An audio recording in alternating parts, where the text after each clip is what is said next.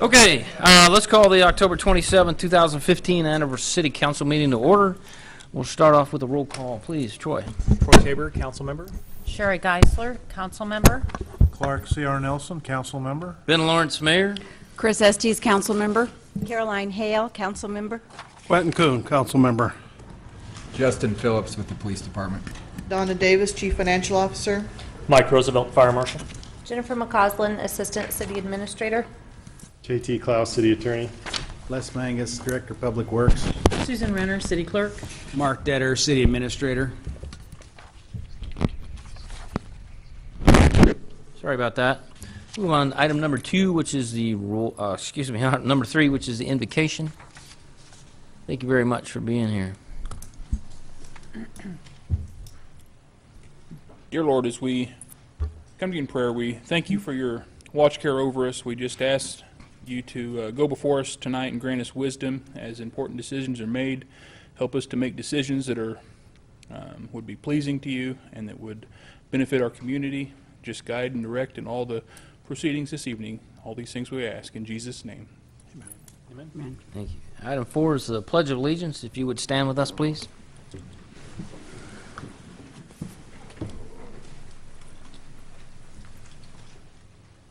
Ready? Begin.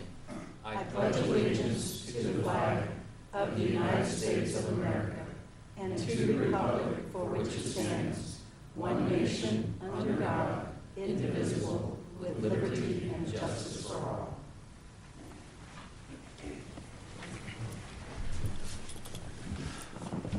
Is that yes or no? Do you know? Item number 5 this evening is the public forum.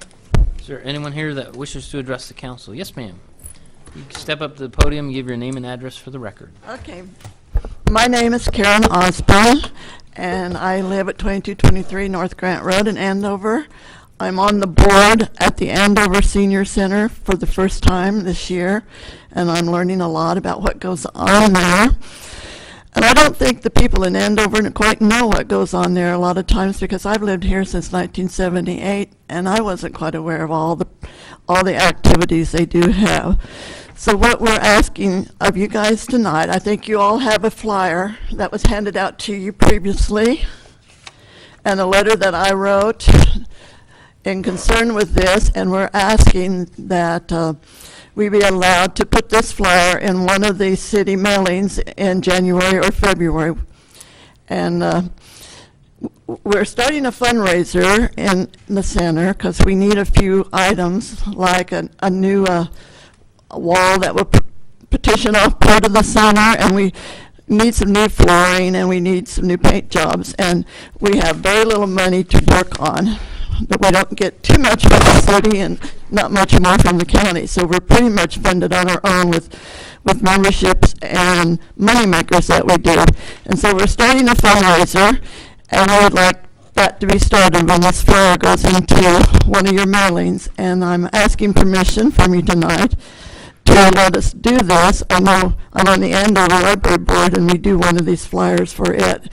And so I would like for you guys to give us permission to do this and help us get the Andover Senior Center more publicized. Without that city newspaper that we used to have, it's awfully hard to get the news out there.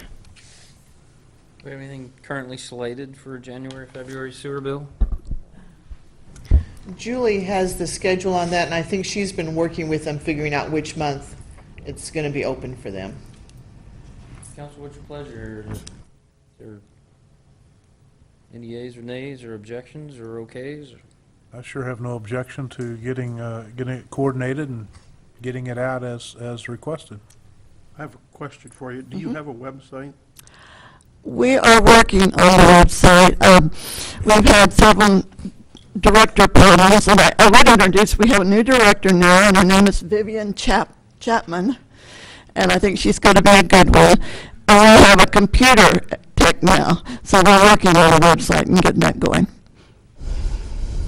I guess I would suggest that maybe in the future that once they get that going, that we could put a link on the city website. That's easy. Yeah. Yeah. And for now, the city does host the senior center's web presence on our website. If you visit, either it's under residents or visitors, the senior center has a sub-page within our website. How do we get our information to you on that? I believe somebody's been working with Susan Renner, our city clerk. Oh, okay. And so anytime you have updates or changes, just work with Susan or myself and we can get that updated for you. Okay. Well, in addition to that, we also, on Channel 7, have Mhm. links and information about it. So we're very happy to help you all get your word out. Thank you. Do we need a motion? I think we're all in agreement. I think we're all on the same page, so Okay, well, thank you very much then. not a problem. And you guys come down to see us sometime. It's not just for old people, because I'm not old. Okay? Amen. All right, we are still in the public forum. Yes, ma'am?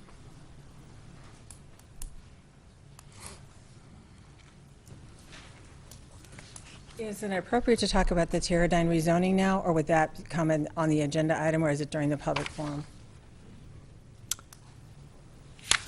I don't know how to answer that question. I'd hold it to later. The comment is on what? She's wondering if it's appropriate to talk about the Teradyne rezoning, replatting case now or when that agenda item is up. I guess that depends on if you're having another public hearing this evening. There is another public hearing reserved specifically for that purpose, but I don't think we can prevent somebody from speaking during the public forum. However, there, as I understand it, not a public hearing, but there will be open public discussion on that later on. Madam President, I guess this is going to be at Up your to pleasure you. tonight. Are you want to hear comments now regarding that particular case, or would you like to wait until that agenda item comes up? I think if you'd like to wait until item 13 on the agenda, unless thought on we the agenda, I change just it, wasn't sure. Is there that will the- be a time to speak, yes. Thank you. Sure. All right. Anyone else? We are in the public forum. Anyone else wish to address the council? There being none, I will close the public forum and move on to item 6, which is the acceptance of the agenda. I see a host of additional materials this evening. I think we can start off with, we have a add-on agenda item concerning a CVB, Convention and Visitors Bureau feasibility study, letter of agreement. You can put that where you would like on the agenda if you so choose. We also have bids, bid tabulations for the bonds. We also have bid tabulations for a project at Lake George. We have a letter from the Butler County concerning the trail. And am I missing anything? And some ex parte communications, written communications or emails concerning the Teradyne PUD case. The only other thing was, Mr. Mayor, I wasn't sure if you wanted to add an executive session to discuss personnel tonight, or you wanted to wait on that for a couple of weeks. We didn't talk about this, but Are you suggesting that we do? yeah, if Since none of us know what you're talking about, I would, do you want one or not? I would appreciate having one, just under personnel matters. Okay. Where? Are we saying yes to an executive session? for If you personnel? guys are willing to Modify the modify the agenda. agenda for that. All right, is there some kind of motion to accept this modified agenda? Mr. Mayor, Chris? I move to modify the agenda with the addition of the CVB feasibility study. If we could add that as 9I to the consent agenda. And then 2 pieces of AARTI we'd call ARTI for the trail to number 8. And then a packet of information, ex parte communication for number 13. And the bids for item 10 and a bid for item 11. I'll second that motion. Good motion by Chris, seconded by CR. Any further comments? All in favor say aye. Aye. Any opposed? Motion carries. Move on to item number 7. We have a presentation this evening.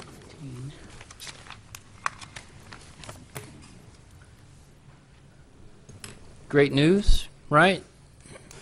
Good news. First of all, I'd like to thank the council for allowing me to have a little bit of the time on your busy schedule this evening. My name's Doug Jorgensen. I'm the State Fire Marshal for Kansas. And the reason I'm here this evening is recently your fire department was given an award, and it was given by the National Association of State Fire Marshals and also by Grinnell Mutual Insurance.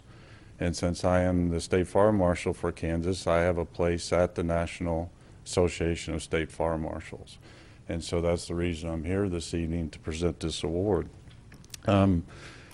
For most of the public and citizens, when they see a fire truck going down the road with its lights and sirens on, they know that they're responding to a fire or a medical emergency or something like that, but I don't think the public is aware of all that goes on behind the scenes by local fire departments and by firefighters in the realm of prevention and trying to educate the public, different programs that they present, and getting the word out to the public on how to actually prevent those fires from happening.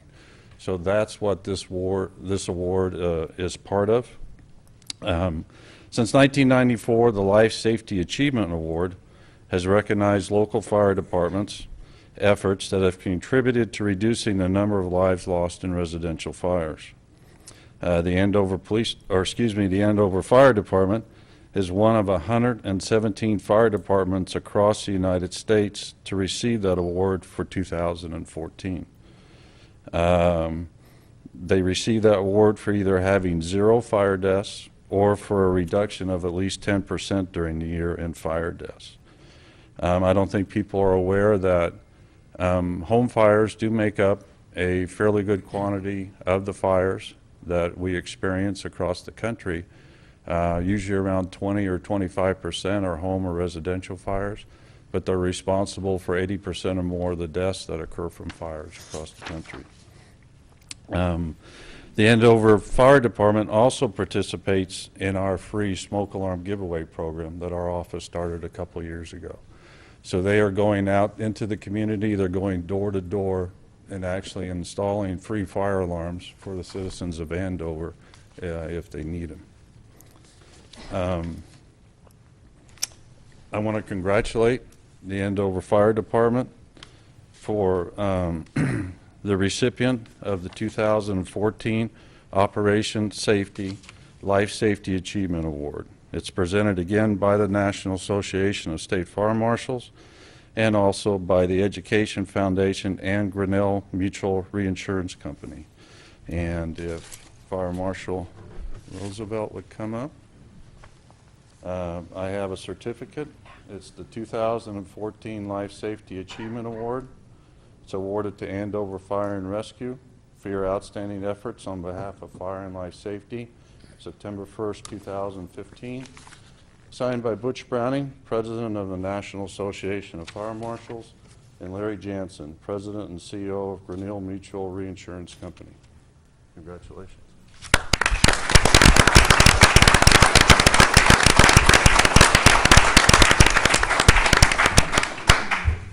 On behalf of the entire fire department, thank you very much for being down, and the crew that does a lot of these activities. Some of them are here with us this evening, so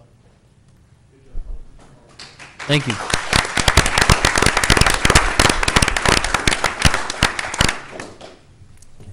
All right. Way to go, team. Good job. We'll move on to item number 8.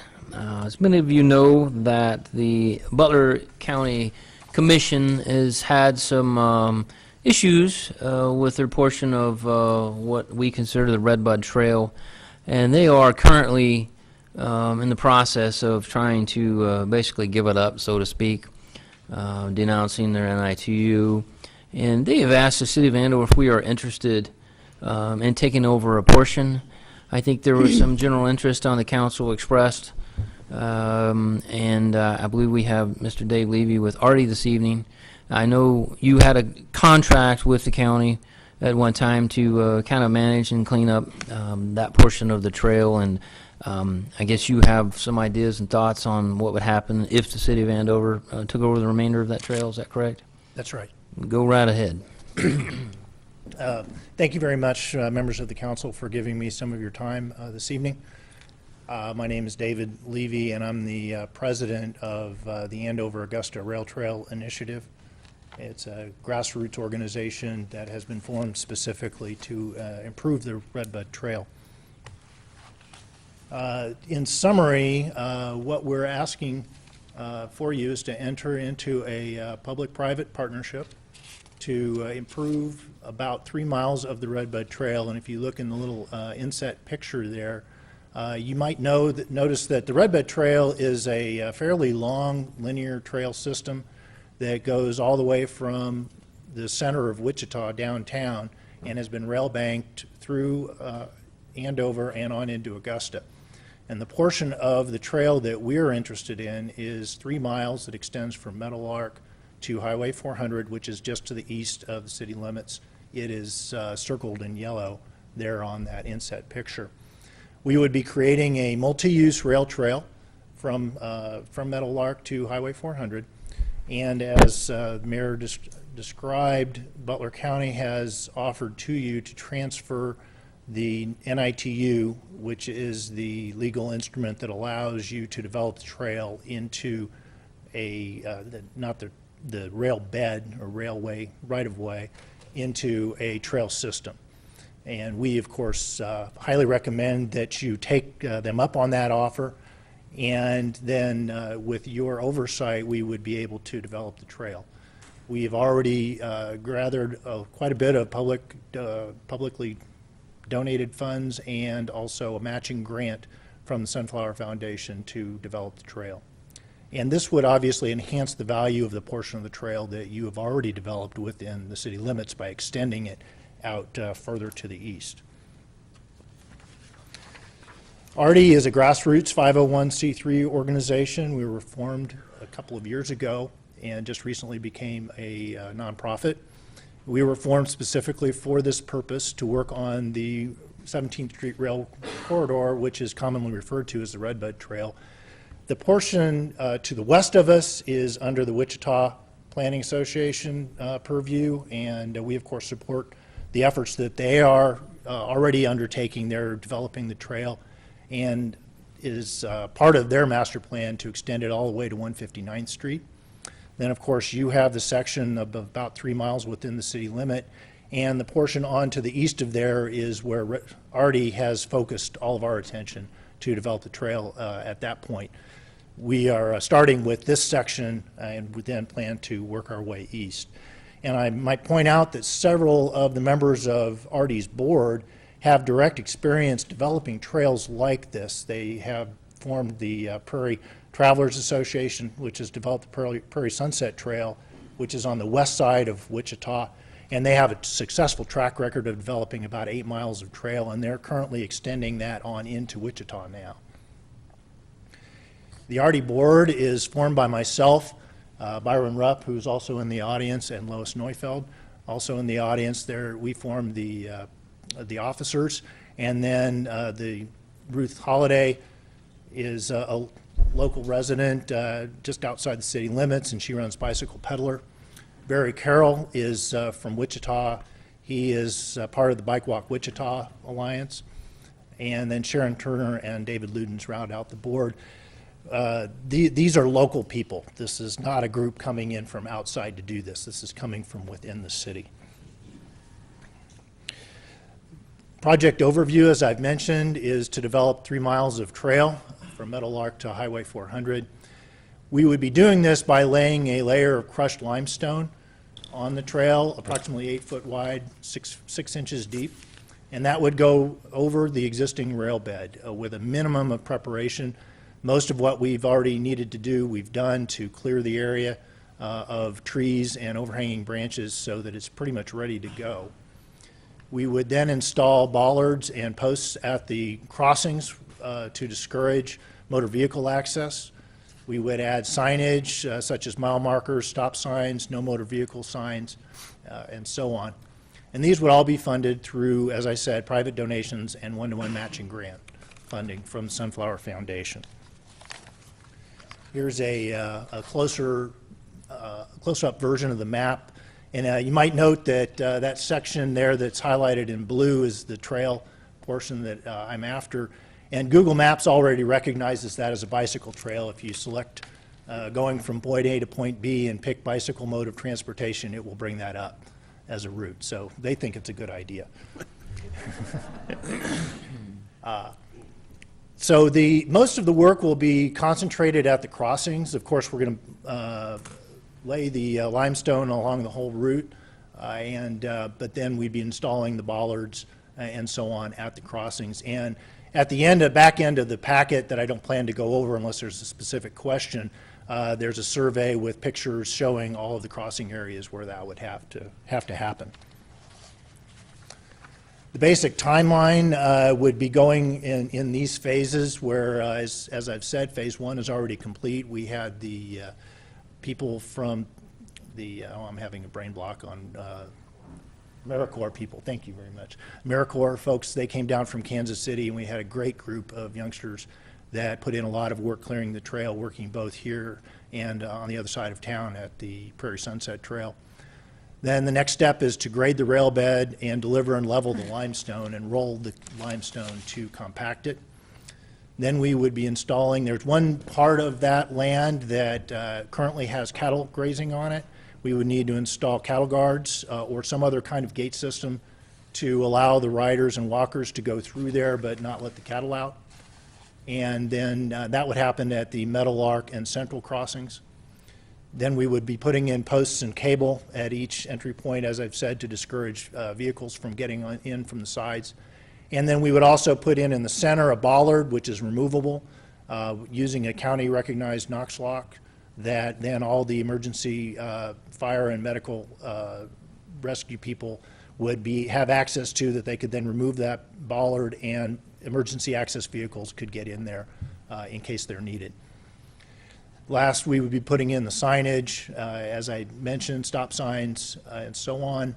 And then in the future, we've already been approached multiple times by Boy Scouts wanting to do some kind of project associated with the trail, and we would be able to allow them to do that, put in benches or plant trees or otherwise improve the trail as we go on into the future.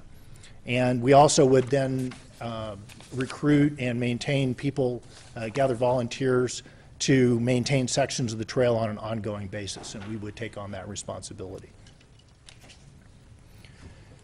Here's a budget outline that shows the funds on hand, including the matching grant, and then light items for most of the costly items that are on there.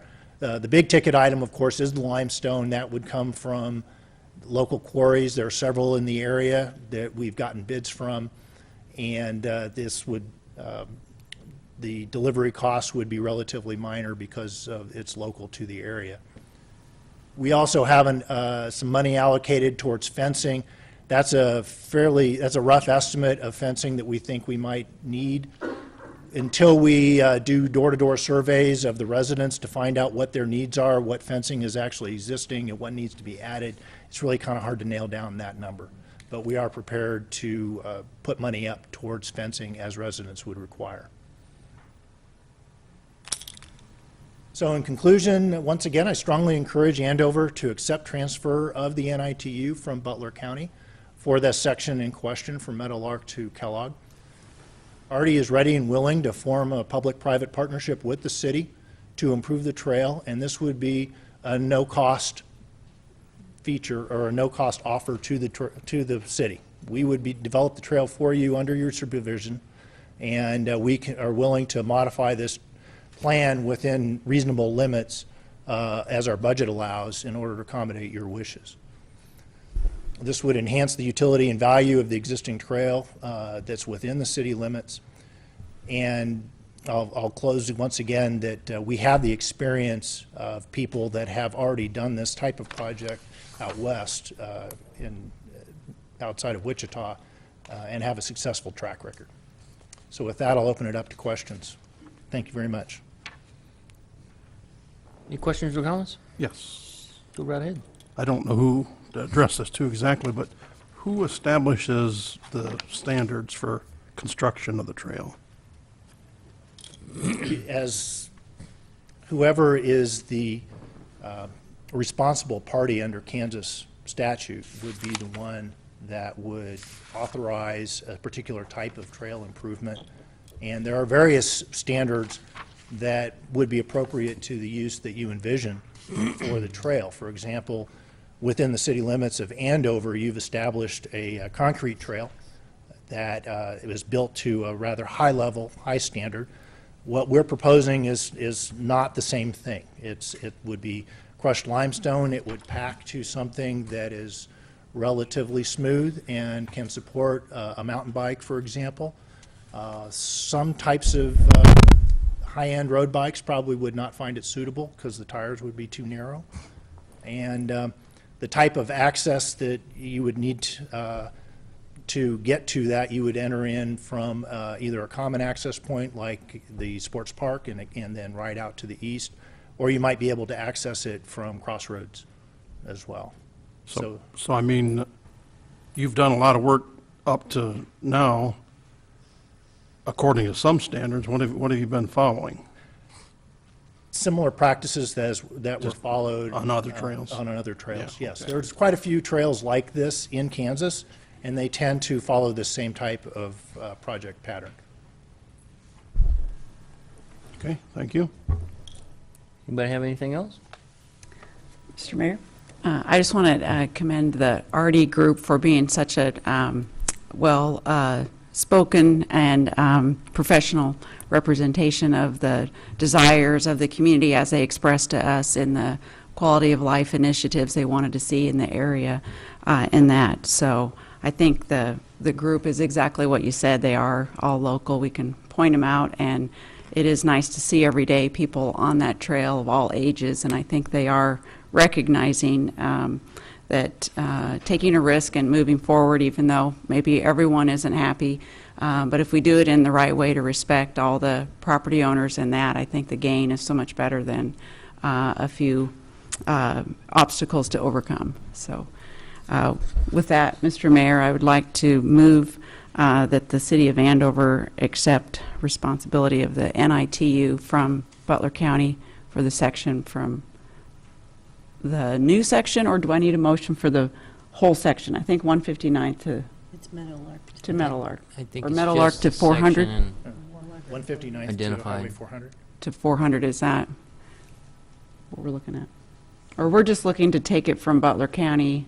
We already have it We already 159. have a section, so it's where our piece ends around Meadowlark. I don't have the exact description. Okay. To Then- US 400. Okay. I'll amend my rambling to say from Meadowlark to Highway 400. Second. Okay, we have a motion and a second.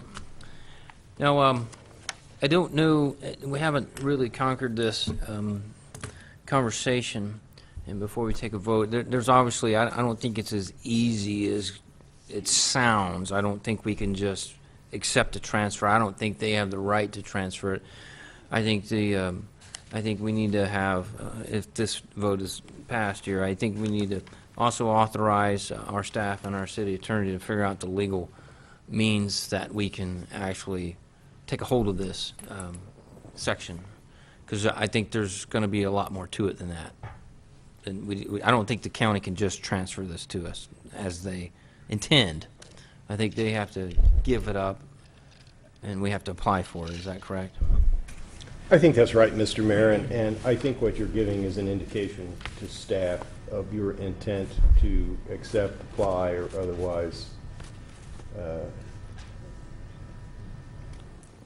secure, if the county is willing, the means to accept the NITU for this. It could very well be that the NITU has to be turned back to the Surface Transportation Board and then applied for. But as I understand the motion of your intent to do that, it would be an instruction to staff to. Perfect. to It's basically- inherent in the motion. To basically start that. So it could, And It could it take will be up a to the while. county. If they end up Right. not relinquishing it, then there's nothing to apply for or accept. But that's how I understood the motion, if that's how everyone else understood it. We'll leave it at that then. I'm just saying it may be a little more time-consuming than I think we're thinking. But let's, you have a motion, and Chair, you seconded that? Okay. Further discussion? Mr. Mayor, I just have a comment, very consistent with Chris's comments and yours, that I don't think we have any idea how complicated and hidden expenses this may entail. But overall, I think it's worth pursuing, and I'm going to support it.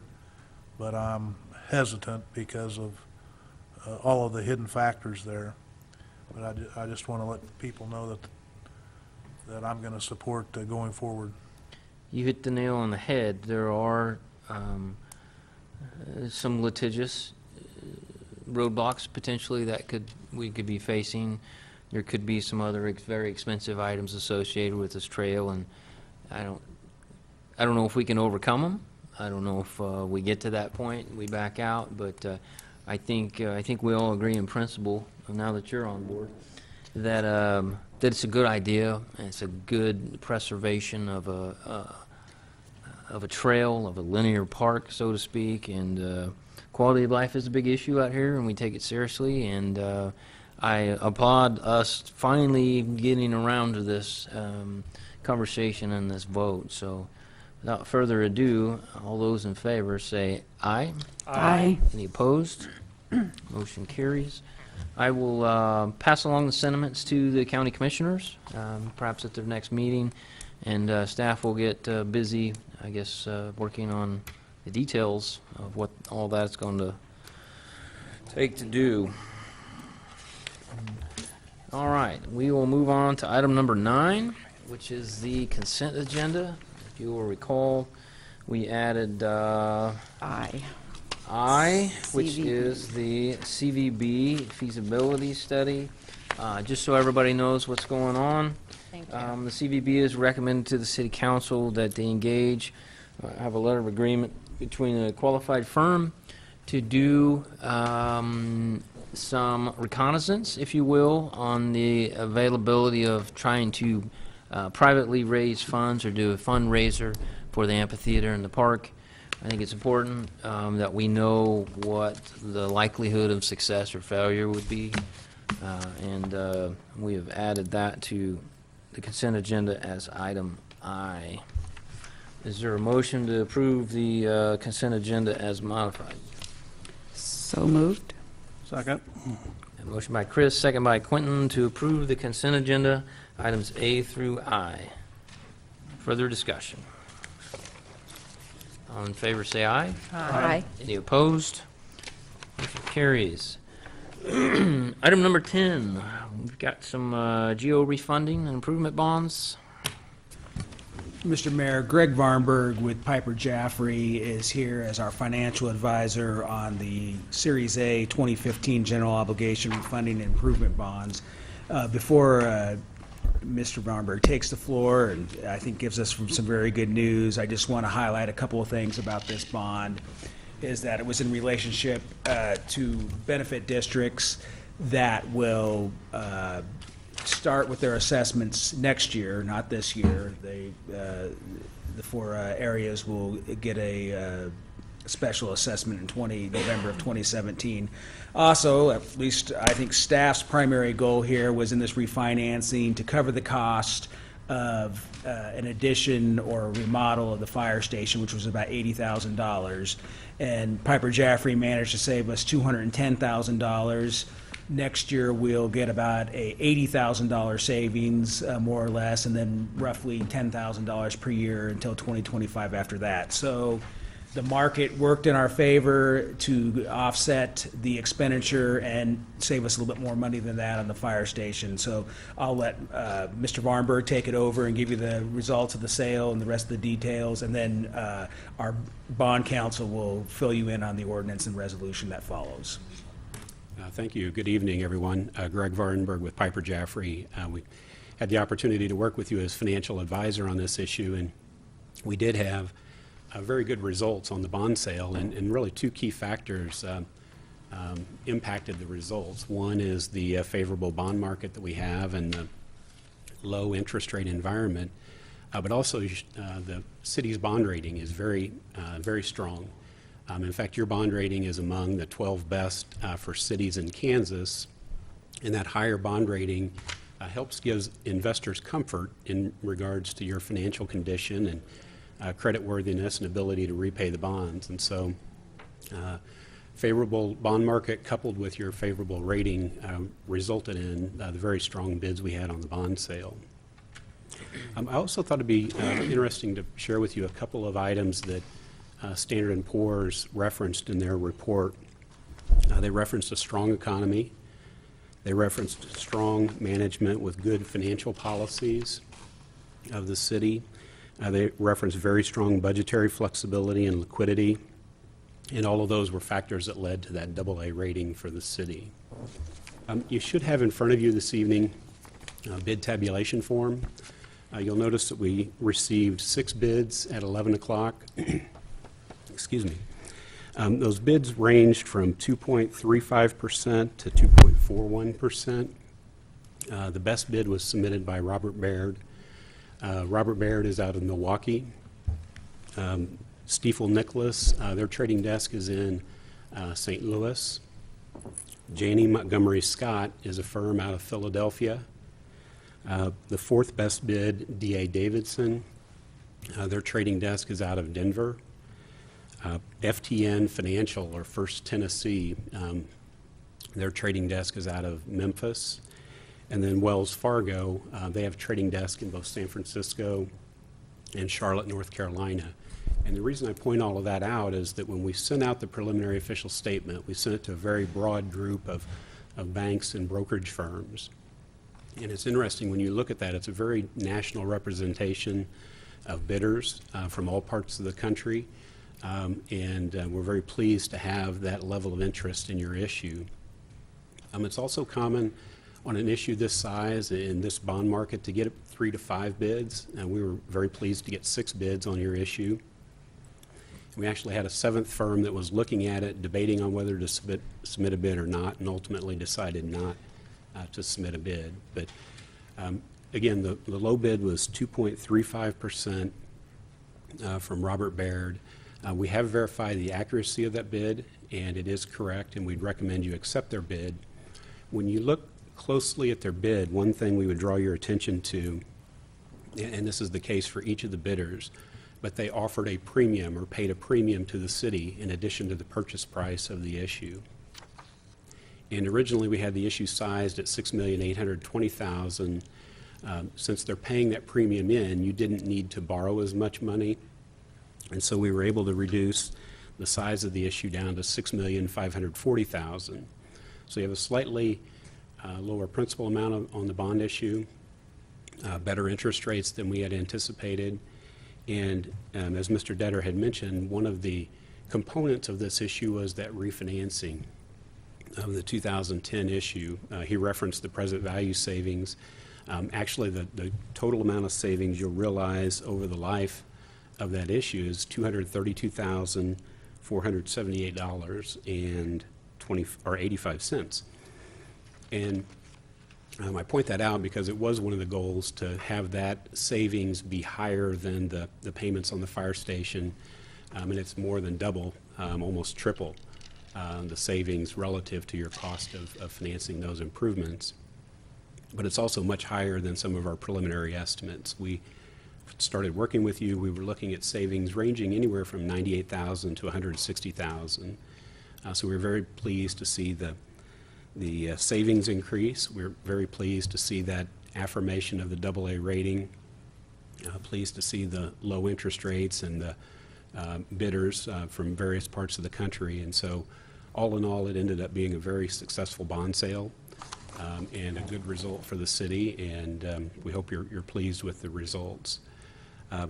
The action that you would need to take this evening would be the adoption of the ordinance and the resolution, and then that would allow us to work towards a closing of the bond issue on November 12th, On November 12th, you'll receive in the proceeds from the sale of the bonds. We've already received a good faith deposit from the winning bidder, Robert Baird, earlier today. But once the balance of those proceeds come in on the 12th, you'll pay off the 2014 temporary notes that finance some of those improvement projects, and also the 2010A bonds that are being refinanced. So with that, I'd be happy to answer any questions that you have, or I would turn it over to Mr. Klaus to discuss the resolution and ordinance. I have one goofy question. Is it Robert W. B-A-I-R-D? Baird, yes. Mm-hmm. Okay. Thank you. Apparently it's misspelled on the sheet. Oh, I'm sorry. Yes, it is. B-A-I-R-D. Okay. So, sorry about that. But they are a very active bidder in Kansas, and we see them on quite a few Kansas bond sales. I have a question. I thought I understood you to say 4.5%, but as I'm looking at this true interest cost, is that, it's really 2.35? Yeah, 2.353 is the winning bid. Okay. And it ranged, the highest bid was even 2.41. So very, very close bids in terms of those. But yeah, if I misspoke on the interest rate, it was I may have heard it wrong. That's why I was wanting to clarify. 2.35% was the winning bid. And that actually, as you look through the dollar amounts, you may not understand how it comes there, but what this bottom line is showing us is that overall, comparing all of these areas, this is the best for us in a financial. Yeah, we're recommending the Robert Baird bid. It is the lowest interest rate, it's the lowest interest expense, and it's better than what we were projecting going into the sale. And so it's a very good bid, and we're pleased with the outcome of the sale. I don't know that it's important, but I guess the thing I'm not familiar with, not doing this on a regular basis, is what less premium means. So I'm looking at those numbers and just wondering. Sure. And the premium, I appreciate the question, and we give underwriting firms or bidders the opportunity to put in whatever bid they feel will be most beneficial or most aggressive in terms of lowering the expense for the city and the taxpayers of the city. And we allowed them to bid a minimum of 100% of the principal amount of the bonds, or if they wanted to pay a premium to the city that would improve their bid, they could do so. And in the last 5 to 7 years in this very low interest rate environment we've been in, we've seen a strong preference from underwriting firms to offer a premium to help improve their bid. And you'll notice every bidder did offer a premium, kind of ranging from $100,000 to $300,000. And so we allowed them to pay a premium to the city. If they're going to pay 100% of the principal amount of bonds plus that $270,000 premium, then that premium we can use to reduce the principal amount of the bond issue, and we did. But we wanted to give them the flexibility so they can figure out where to set interest rates, whether or not to offer a premium, and then they in turn are going to sell those bonds to investors. So we gave them that flexibility, and it just worked out that they had. So in built that a case, premium. the larger the premium they offer, the more advantageous to us. Right. As long as the interest rates are still favorable. And you'll notice there was one that, Stiefel had $367,000, but their interest rates were slightly higher. So even though they offered more premium, it was still better to take the Robert Baird bid because of their interest rates. And that 2.35% rate takes into account the interest rates, the reoffering yields, and the premium that they're paying to the city, and kind of equates what that borrowing cost would be for the city in this case. We should have kept the cash. Mr. Mayor? Troy. There's no other questions. There's another question. Oh, there is. Go ahead. Sorry. It's fine.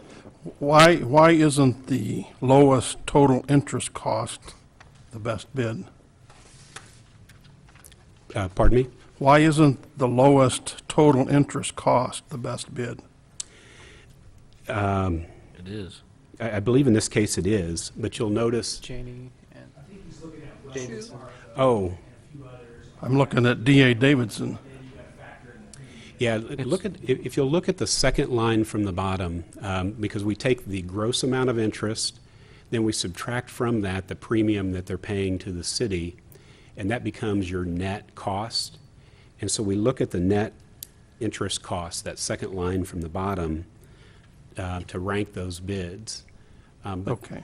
And so it worked out to where the lowest net interest cost is at $1,564,000, and that is the bid from Robert Baird. So we look at the interest, but then we subtract from that the premium that they're offering. These darn finance guys never make it easy on you. I know. It just gets very complicated. So, but true interest Right, cost is right. what we're wanting to zero in on. Right, and we put in the bid specifications and notified bidders that the method of selecting the best bidder would be that true interest cost calculation. And so when we set up the bid specification, we used that as the guide as to how we were going to determine the best bid. And I do think you ended up, you're paying the lowest net amount of interest when you factor in that premium, and it's the lowest borrowing rate of the bids we received. Mr. I Mayor? appreciate these questions. I don't always get to talk about these kind of details, so. Oh, okay. I guess I would like to make a motion then. Go right ahead. Make a motion to accept the low bid from Robert W. Baird and Company Incorporated at a net interest rate of 2.353% and authorize the mayor and city clerk to sign the bid form as recommended by Piper Jaffray and Company. Second.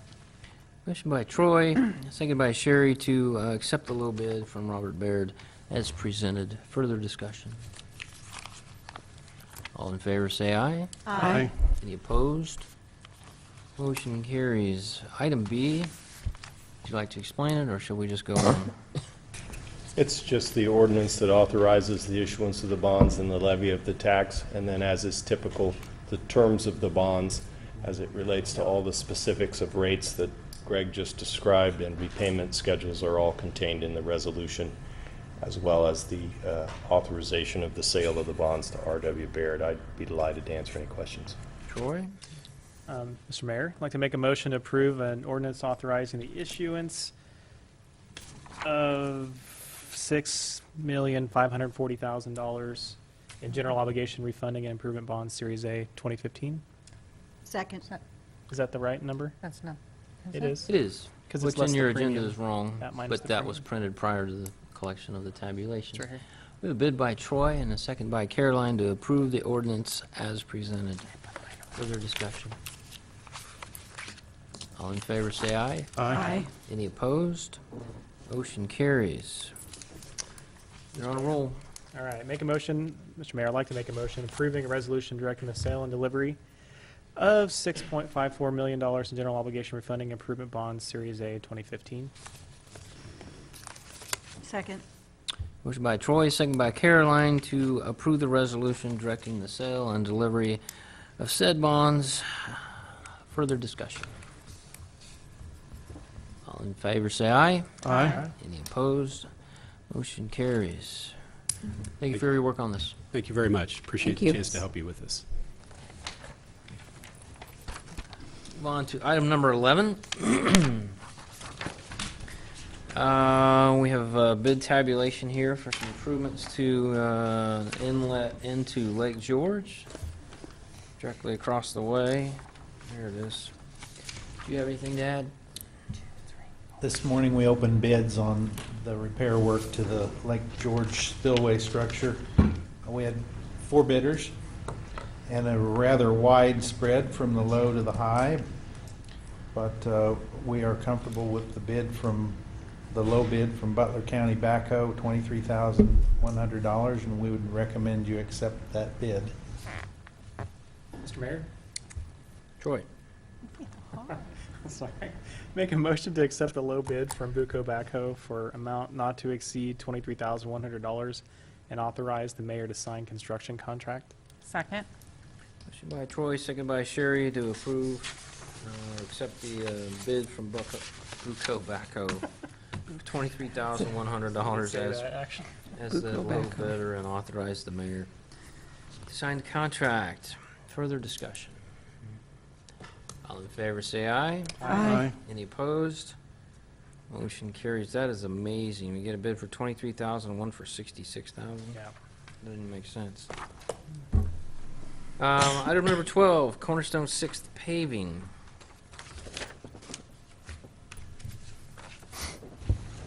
As you'll recall, you accepted the plat for the Cornerstone 6th edition a few meetings back and accepted a proposal for the installation of the water and sanitary sewer lines.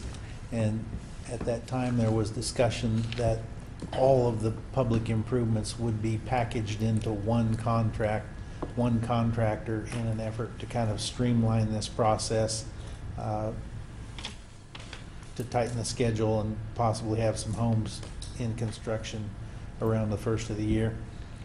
The water and sewer are under construction now.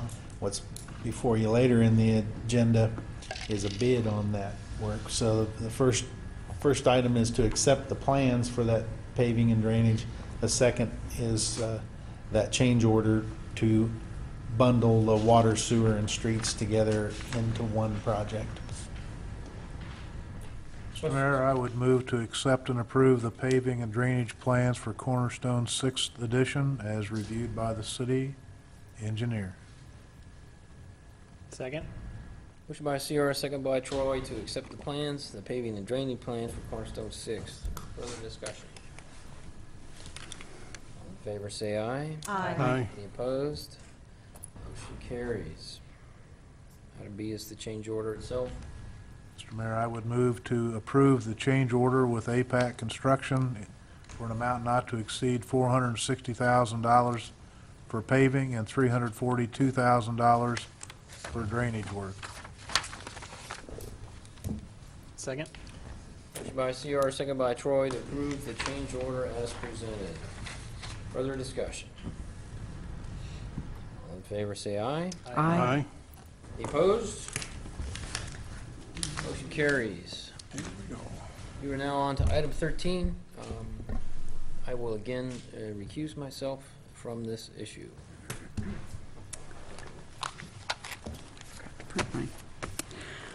Okay, thank you. As President of the Council, I'll call the next agenda item 13, which is zoning case number Z-2015-02, commonly called the Teradyne, but it is a consideration of an ordinance to amend the previously amended Preliminary General Teradyne Planned Unit Development, or PUD, plan, so as to create a new parcel 1B from a portion of the existing parcel 1 that will allow 2 single-family residential dwelling units. This case was previously considered at our August council meeting, where without a final resolution, so it has returned to us for our consideration and has been recommended for our approval by the Planning Commission at their October meeting. Before we get into the components, I just want to follow the procedure here. There is a section on disqualification declared, and to see that we do have a quorum. So before we proceed, I'll ask the council if any of the council members, other than the mayor who already has, intend to disqualify themselves from participating in this case because they have any conflicts of interest. And remember, a conflict of interest is also not just financial, but if you feel so biased you can't make a clear, fair decision to the applicant. Madam President, I wanted to let you know that I've consulted with the city attorney on this issue, and he has not changed his opinion from the last time, that there is no conflict of interest with respect to my involvement, and therefore I do not intend to recuse myself. Thank you. Any other comments? Okay. You be all right there, Quentin? I I hear, there's no other council members disqualifying themselves, so based on that, we have 6 elected members here, duly elected and appointed, that we are declaring that we do have a quorum for consideration of this case. Now, on the section on whether we all have the same information here, I want to confirm that we've all previously received copies of the approved minutes of the Planning Commission for their July 21st, 2015 meeting, where this was first held in before the Planning Commission, that was sent to us for the August meeting. Does everyone have those minutes? Yes. Yes, okay. And let's see, have we received the draft minutes of the Planning Commission for the most recent meeting, which was October 20th, which summarizes their recommendation for our approval of this case. And The answer would I be don't see any no. Okay. I've received those as well.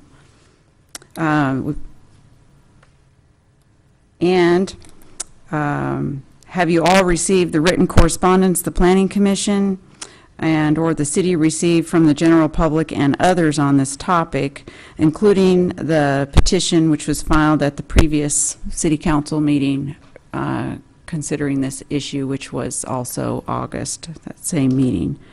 And here, I believe this would include the information 13, the information here for case 13, item number 13, that we all received tonight.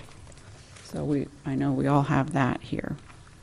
Does everyone feel they have everything that everyone else has? Okay. And at this point is where we ask, have any council members had any ex parte communication or conversations regarding this matter with anyone which need to be disclosed to everyone at this time? And CR, you've already mentioned, well, oh, no, that was a different, okay, never mind. My comment or response to your inquiry is I have had no further inquiries other than what I had previously disclosed. Okay. I have not received any information besides a couple emails that are also included in this, the one here from Andrew Barclay that we have already got. So I haven't received or had any conversations about this, anything other than what we all have. I have had nothing actually, any communication I have received has been more about procedure, what procedure can be followed, and really no discussion of the actual case. Okay. I did have a discussion regarding the pictures that are included in our packet, so that was just to make sure that we did have them. Okay. Madam President, I'm essentially unchanged as well. However, I did have some inquiries, and I referred them to staff. Okay. Okay. And I should add, I did have a conversation with our city attorney and city administrator just on the steps to follow to make sure we run the meeting checklist here, but nothing with So far, a decision. So far, we're following the steps. Okay. Hearing no ex parte communication that would be disqualifying, we'll move on to the next section here. Having determined that the members have received the required information, first I'm going to call on our zoning administrator for a report, and then we will hear from the applicant and then any members of the general public. One, Mrs. Barclay, that's already intended her intent, made her intent to speak known. So, Mr. Mangus. Thank you, Chris. I think you've covered several of the points here. This case was first heard by the Planning Commission on July 21st. At that meeting, they moved by a margin of 3-2 that the amendment be recommended for approval. It came to the City Council then on August 25th, where the case was returned to the Planning Commission for reconsideration to further enumerate their findings and factors for their recommendation. Again, at the October 20th meeting, the Planning Commission heard the case again. They took some new information and reconsidered their findings and factors, and did a great job of enumerating those findings in that draft set of minutes, and at the end of the day voted by a margin of 6-1 again to approve the amendment.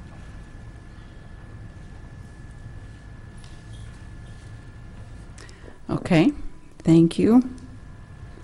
I had a question. What was the date of the first city council meeting? I have August 25th. Okay. Was that correct? When we heard it? And that was the day we decided to send it. Or, yeah. You mean the first Or- planning commission? That was July 21st. Council was August 25th. Didn't we have two hearings? We had two One on city the tie and councils. the next time to send it back? Is Right, that that what? would have Oh. happened in September. Yes, then Correct. September.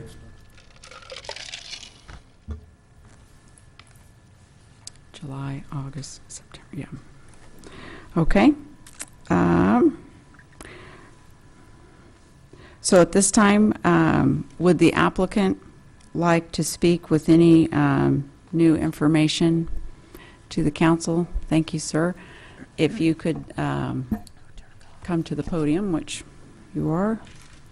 Thank you.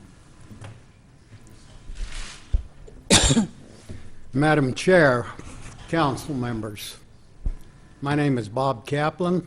I'm an attorney. I was retained by the applicant just prior to the October Planning Commission meeting. I don't know how much you want to hear. This is going to be the fourth hearing. I missed the first two, but I presented at the Planning Commission in October, the one that resulted in the 6-1 recommendation for approval. I do not know, I assume, Madam Chairman, I couldn't hear you well. I have a severe hearing impairment, but I thought you said you had the draft minutes from that meeting. At least you know the result of it. We do, sir. All right. As I told you earlier, I don't know how much you want to hear. If you want to miss 2 more innings of the ball game, if you do, then I can stand here and talk till you tell me to sit down. But I don't think it's really necessary. You should know this case by now. Let me just make a couple of salient points on things that I understand recently came up. One of the arguments that has been made is that the Teradyne 3rd edition has property which is available, which meets the factor about other property available. That was not platted. That was approved by the Planning Commission as parcels 1A and parcel 2. Parcel 2 is already under construction. That is not available. Those are townhomes. Mr. Patton tells me he already has the roads in and he's ready to start on that. So that parcel is no longer under consideration. Parcel 1A in the proposed use of the proposed plat, which admittedly didn't ever get to the city council, that is a golf course amenity. I'm not a golfer, so somebody can correct me, but it's called a short gain practice facility. And it's an amenity to the golf course. And Mr. Patton's here, can elaborate on that, but that's an important amenity. If that amenity were to be removed from the golf course, Mr. Patton tells me that he's going to have 340 unhappy club members. That's a short, I guess, pitch practice facility, but part of the amenity and necessary to the success of the golf course. We can't take that away from the golf course without impairing the golf course. So that parcel likewise is really not available. Now, the letter you received from Mrs. Barclay addressed basically 3 issues. She addressed factor 3 and she addressed factor 9. Factor 9 I've discussed. She says there's other land available zoned the same as a subject property. There is not. The only other land available are the parcels, as I've said, which the proposed uses were townhomes and 0 lot line homes. And the Highlands is already taken care of parcel 2. That's done. What we're proposing, what Mr. Patton is proposing, for goodness sakes, is 2 private residences on 1.5 acres.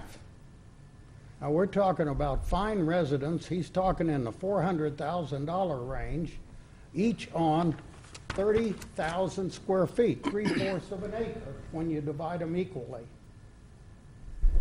Now, I'd really like to hear how 2 beautiful homes on 30,000 square foot lots, bigger than anything in the addition, is going to impair the neighborhood. They're all fine homes. It's a very nice addition. But how can you build 2 new expensive homes in an addition that's already zoned single family? It's compatible use. The other is how long it's been vacant. I argued to the Planning Commission it's been vacant, and one of the neighbors said, no, it's in use as a common area. Common area is not a use under the zoning code. Common area is common area. When you put in a subdivision and you want to put in a pocket park, or you want to put in a clubhouse, or you want to put in a swimming pool or a park or whatever it may be, you put in an amenity and you label it as a reserve.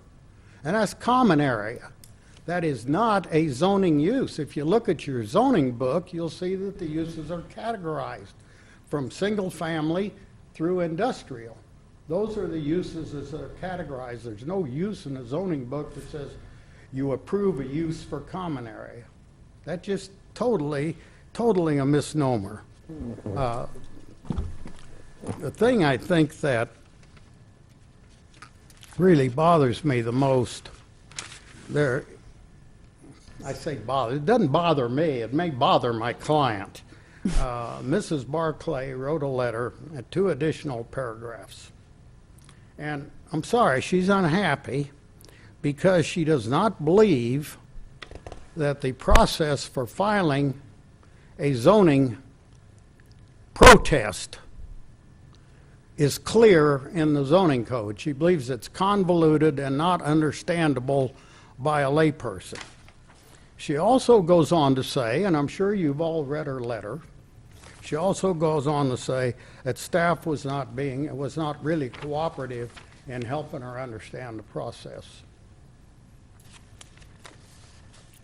The problem with her, and she can say anything she wishes, and she's entitled to the podium, and she can make those arguments, and that's fine. The problem, what she doesn't understand, is that we're not the authors of those things. All zoning, and most of you know this, many of you have been on this board for a long time. I sat with Mr. Kuhn for years. I've been on this board myself for 10, 12 years, many years ago. And I know you do a little seminar, and I know you get a little bit of training. But the problem is, all zoning, all land use is controlled by state law. It's the state legislature that sets the rules. It's not the city of Andover. We have a code, to be sure. We have a zoning code, and we have subdivision regulations. We do a pretty good job of it, and you have to review those, and we change them, and you're supposed to review them annually. And there's specific provisions in there for amending zoning. There's specific provisions for amending planned unit developments. In Section 12, we do it all the time. We've been doing it for years. It's part of the state law, and what we do in our code provisions is we mirror the state law. That's all we do. So what I would say to Mrs. Barkley, if she cared to visit with me, is that what our code does simply adopts the state statutes and puts it in our local code. We don't make those rules. We accept those rules, and we cannot enact rules which are contrary to the state law. So if there's a problem with her protest, it's not understanding the process. That's a matter that's got to go to the legislature. That's not a matter that we can correct. We can't do anything about it. If we do, we're going to be contrary to the state rules, and then we are going to be illegal. As far as staff being not cooperative, frankly, I don't believe it. But her opinion is her opinion, and she's entitled to it. What we have, and I've got Mr. Patton can address, Mr. Bill Fox is here and wants to talk to you a little bit about the enhancements. Mr. David Foster is here. He is a land planner, and a very good land planner. His father, Bickley, has been a previous land planner for many, many, many communities. So there's a lot of experience there, and if you have questions, these gentlemen can help you. She talks about a petition with 106 signatures. I told Rob Patton, I said, why don't you put up a petition in the clubhouse of the membership and ask all the members to sign it? Then we'll have 340 signatures supporting it. That's really not the point. We're not taking a vote here. 12, my understanding, and I'll apologize if I am incorrect, but I understand that 12 of those 106 people live within the notice area. I don't know where the others live, but all over. So it's not hard to get people to sign things. You're not, please sign my petition. Okay, what is it? It's a petition against, all right. And you sign. It's not significant, particularly not significant, when you don't have a valid protest. There is a provision for a protest and requires a supermajority vote. You don't have that protest. It doesn't exist. So a petition opposing it really has no legal significance whatsoever. And that's really my bottom line. That's really my bottom line problem here. That there is no sustainable, I've read the minutes and I reread the minutes and I reread the minutes and I looked at the records, and I'm trying to do everything I can for my client, obviously. That's my obligation, to do what I can for Mr. Patton. He's the one that's paying me. I cannot find anything in any of those minutes. I can find nothing in those factors which gives rise to a single sustainable legal objection. You can say I don't like it. You don't have to like it, but you've got to have a legal basis for saying that it ought not to be approved. And really, what's really bad here, the bottom line is really bad here, I think, in my opinion. Neighbors can come in and they're entitled, absolutely entitled, to object to a use. And we do it all the time. I do zoning all over the state. We come in, I work both sides of it. I'm an advocate attorney and a neighborhood attorney. We object to a use because that particular use is inappropriate in the location in which it's being placed. It's not compatible, if you will, with the neighborhood. And you object to a particular use, but you don't come in and say no use, and that's what's going on here. You cannot bring in. Mr. Kaplan, I'm sorry, I don't mean to interrupt you. And you can present any new information. If you want a record, you have to be on the other side of the microphone, is all. If you want to have a record of your comment. I tend to talk at a higher decibel because I can only hear a higher decibel. And I Thank tried you, to sir. talk to them in the control booth, and they said they can't turn the volume up. I'm not a big fan of I like Dan Wilson very much, the architect, and he's done work for me. I'm not a big fan of the acoustics in this room, but that's beside the point. There was a 206 amendment. Have you thought about rezoning for the acoustics? There was a 206 amendment that's been brought up, where the density was reduced from 108 to 101. That was really, in my opinion, that was not a lawful process. It was a trade-off. The neighbor said, reduce the density, we'll approve the townhomes, and the council bought into it and did it. You can't have in zoning, you can't have contract zoning. I can't come in here and tell you I want to put a pig farm on East Central, and if you'll approve the pig farm, I'll give you free pork for 5 years. You don't do that. You don't make agreements. You don't make agreements on land use. Land use is land use. It's a legal matter. And you folks, all of you council members, sit here in a quasi-judicial capacity. You're legislators. You're planners. You're also looking at judicial matters also. You're sitting here because land use is, in addition to being a legislative enactment when you pass an ordinance, it is also a legal matter. So you put on the legal hat, you put on the planner's hat.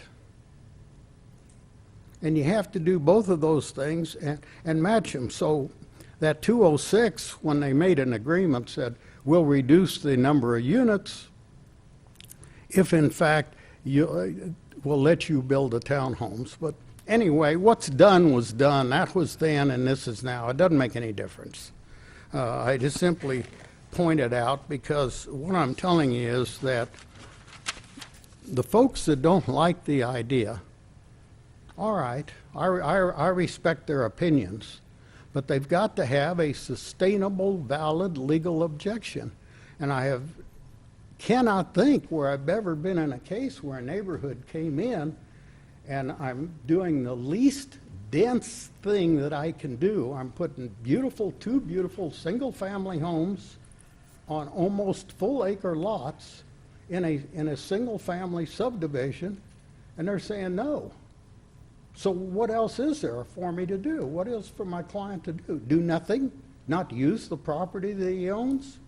The law says that every owner has a right to develop its property to the most advantageous economic use. That's clearly the law. Lay people call it highest and best. Now, is it without restriction? Of course not. Of course not.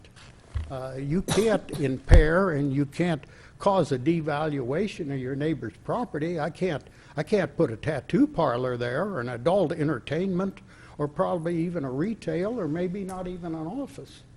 But a single family, beautiful residence in an area of other fine residences. And that's the problem here. It's not that the folks here that object to it are objecting to a use. They're telling this gentleman, you can't use your property. You bought it, you owned it, and now it's got to remain vacant, growing brome grass and weeds or whatever it's growing. And they say, well, it's being used as a common area. It's not a use. So I'm going to ask you respectfully to approve it, to recognize the fact that you've got a 6-1 recommendation from Planning Commission. That's pretty heavy. And your zoning administrator, your other professional, who's a factor, under factors you consider, has no objection. And he can't find a sustainable objection, and he's the professional in the room.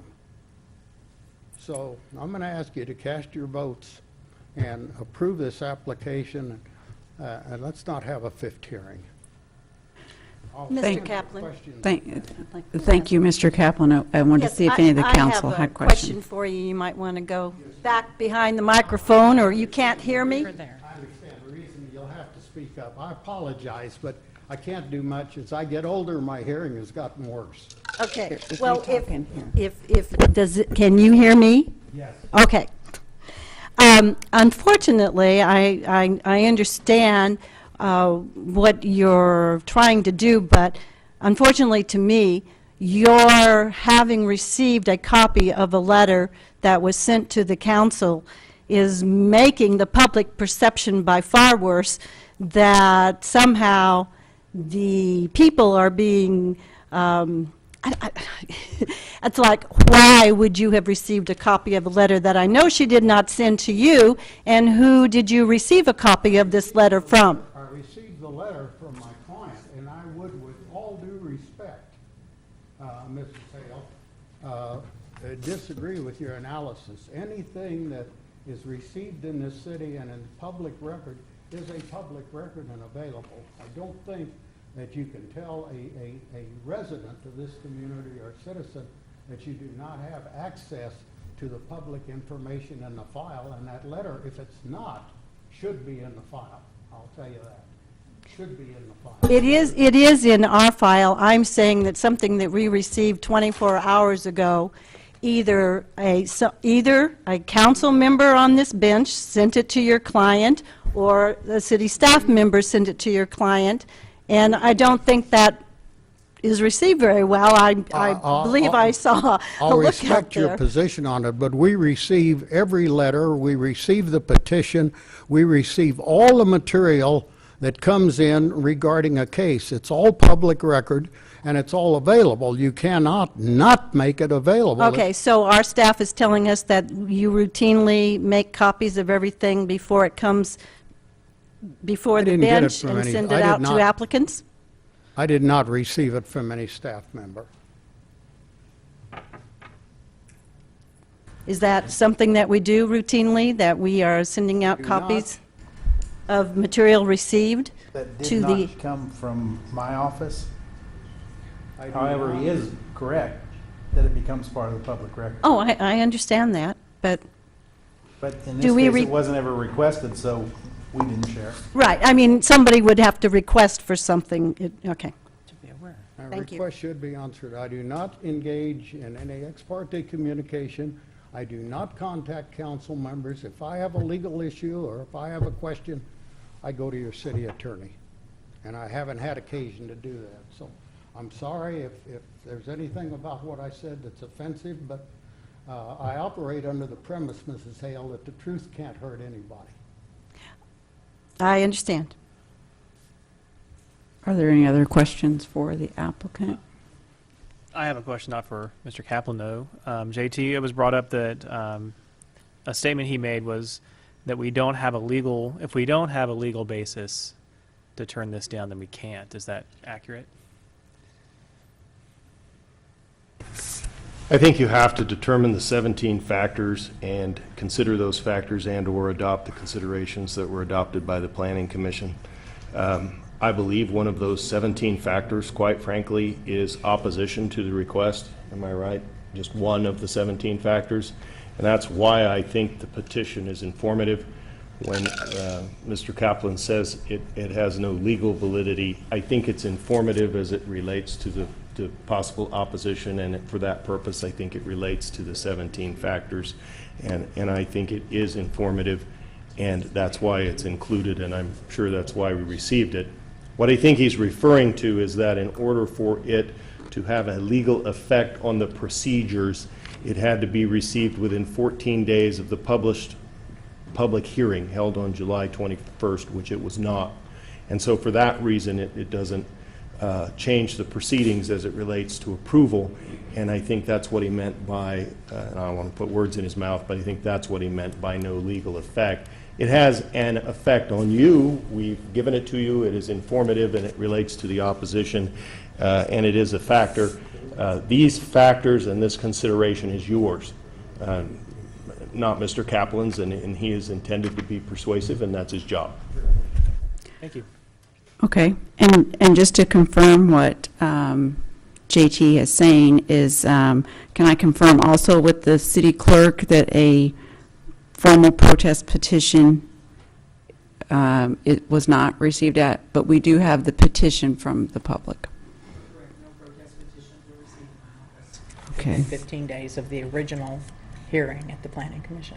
Okay, thank you. But we do have the petition that's referred to with the 106 signatures. for consideration. Okay. Now, I'd like to recognize that the Planning Commission did already hold their public hearing on this case on July 21st. However, we understand the commission accepted additional comment at their last meeting, and so therefore we can now take additional comment here. I would like to ask members from the public who would like to speak on this issue to please keep your comments to new information that the council has not heard before. And because I've now heard of one or two or possibly three, if we could leave it to at least 5 minutes or less. Madam President, can I ask for Yes. a restroom, 5-minute restroom break real quick before we proceed? I need to go. Well, Actually, you can make a motion for a Can I make a recess for motion a short recess period. for 5 minutes to tinkle, please? Second. okay, we have a motion by Troy, a second by Sherry to take a 5-minute recess. Any further discussion?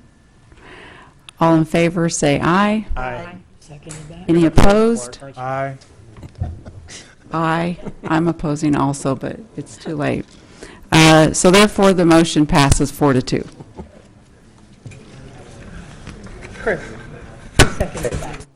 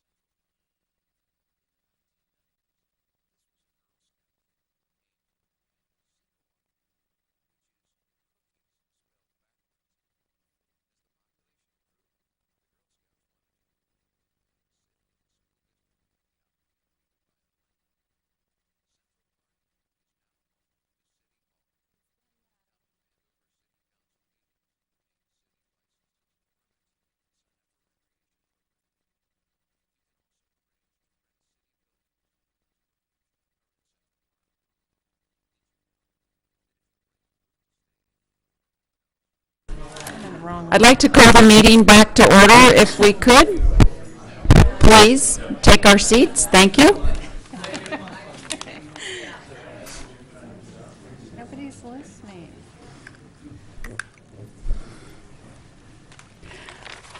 We've concluded our 5-minute recess, and we'll have call the meeting back to order. At this time, I'd like to recognize if a couple members of the public have some new information to share with the council, and to please limit your comments to new information and 5 minutes. And thank you in advance for speaking directly into the podium and introducing yourselves. I'm still here representing the applicant. I have a little bit of new information I would like to present. If we could put the subdivision plat on the screen. And sir, can you state your name and address for the Yes. record? Thank you. I'm Bill Fox. I'm a surveyor with Poe and Associates. Thank you. And I don't know if we can get the, yes, there it is. Since this plat was presented to the city council the first time, well, that's the old plat, I'm sorry.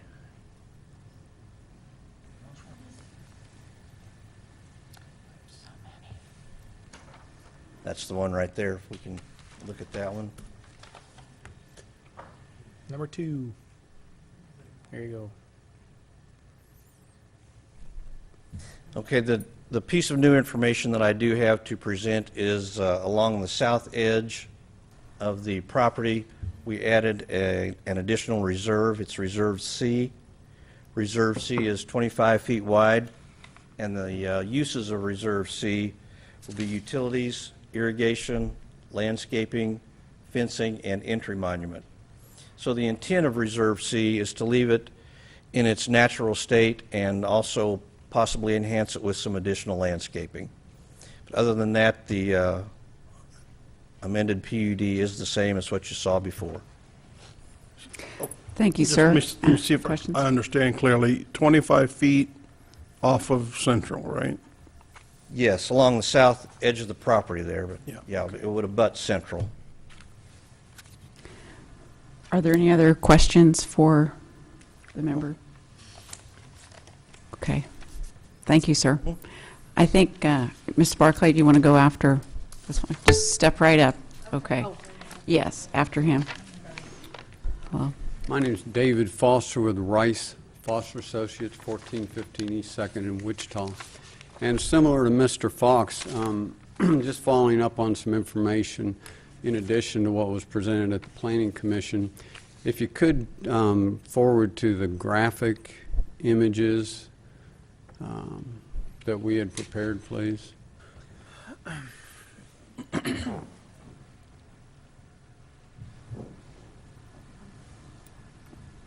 That's fine right there. I do want to follow up on this concept of the Reserve C, and I do want to applaud the applicant for that, because from a landscape standpoint, the intent of that is to preserve the existing condition and enhance that existing condition that's already there on it. The other thing I'd like to point out that was not mentioned at the Planning Commission, Andover has a very successful record of site plan review in this community. And so we were asked to look at the aesthetic aspects of that. One of the first things to do, since I'm very familiar with your site plan requirements, is ask what's in those requirements. And these graphics that were presented to you relate directly to those items of site plan review. In terms of screening. And you can see here by this image that the intent is to respect the existing character with new landscaping.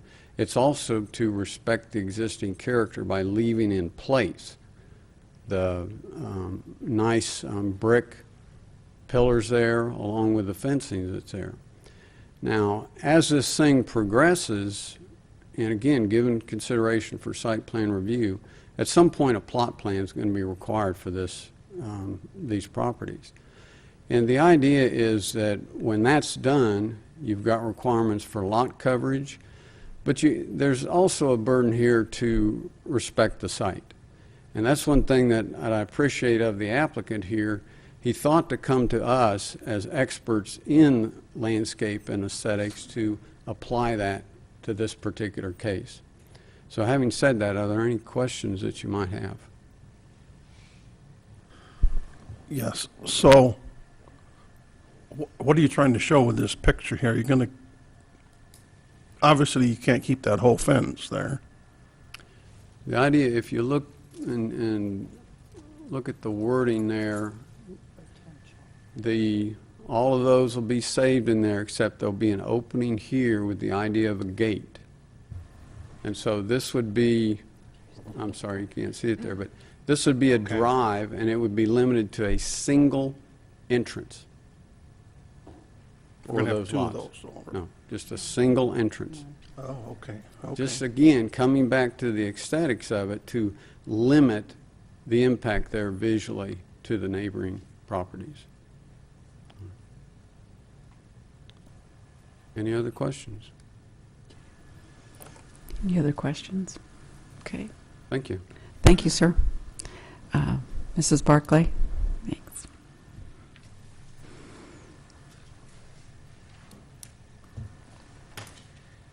Hello, my name is Joanne Barclay. I live at 1117 Teradyne Court in Andover. I am a member of Teradyne Country Club. I do pay dues there, and I have for 22 years.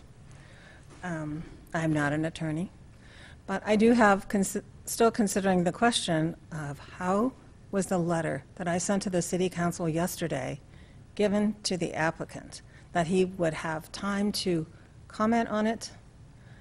I'm finding that, I don't know if the city staff was involved, but that seems to be an irregular communication. I have certainly never been given information that the City Council has been given by a personal applicant. I've never been given the information that Mr. Patton has presented to you within 24 hours, less than 24 hours of the sending of it. So I'm concerned about that communication.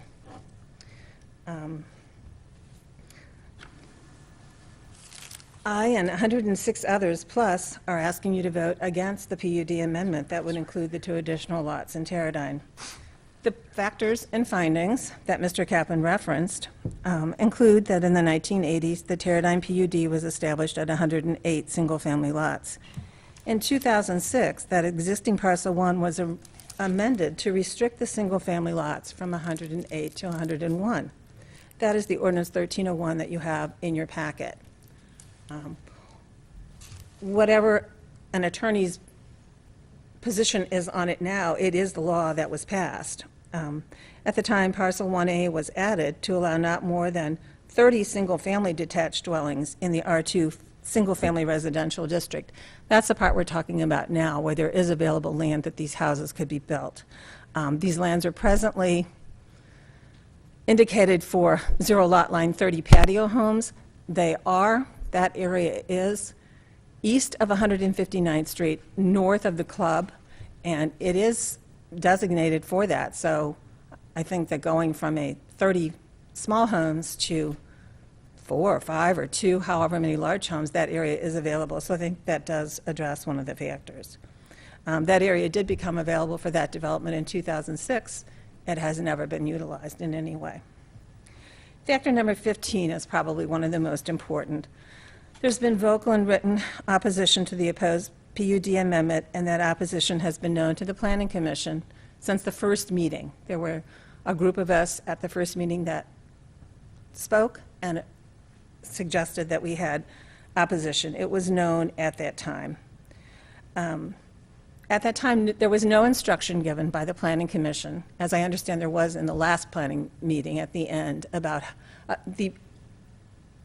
how to file or even the existence of a protest petition. That information is not found on the City Council website, and it is not found on the Planning Commission website. In other cities in Kansas, Overland Park being an example, that information is available on their website, and citizens are invited to contact the city staff for further information. The process of protesting a zoning or a PUD amendment should be transparent, it should be easily accessible, and should be able to be understood by everyone. The process should not require one to be an attorney or to hire an attorney to be able to access rights of every citizen. I have tried to contact the city staff by email and by phone calls and have been given erroneous information at times. Mr. Detter specifically told me that a protest petition would gain us, quote, nothing, as 4 votes would still be required, and the supermajority would not kick in, that 2/3 to 3/4 would not constitute a supermajority. But on further inquiry, it does, and he has admitted that. I don't believe that the city staff is in any way trying to be oppositional, but I do believe that it's not known. I guess one question I have of you guys and the city staff is, has anyone ever filed in 20 years a successful protest petition? Does anyone know of the existence of one? It would be less than that. And when was that? Do you know when there was a protest petition filed? Was it within 20 years? And you guys want to ask Les that question, you can. Okay. I suggest we complete your discussion, and Okay. then we can proceed from there. Okay. If I have not been able to find that it's ever been successfully used in 20 years, and so I think a process that is not been able to be utilized in 20 years cannot be fair, accessible, or meaningful. The state statute, the 2014 statutes, 12-757, paragraph F(I), does talk of a protest petition. To go to that, we would have had to know that there was a protest petition remedy that was available to us, which I did not know at the time. But the process that it talks about is very confusing. It talks about you have to know, to begin the protest petition process, you have to know what people are legally required to be notified, because the whole process hinges on that, 20% of people legally required to be notified. The list I got from the city staff, after calling numerous times, contains 26 names. Those were not the people legally required to be notified, because they told me they were the people that were notified. There was no differentiation ever made between who was legally qualified to be notified and who was just notified because they lived in the area. I don't believe that the 200 feet was ever delineated, and so when I kept asking for the legally required, because it's 20% of legally required to be notified, not 20% of people we thought lived close to the area and were interested in the problem, that determination was never made. I've never received a list. I apologize for interrupting.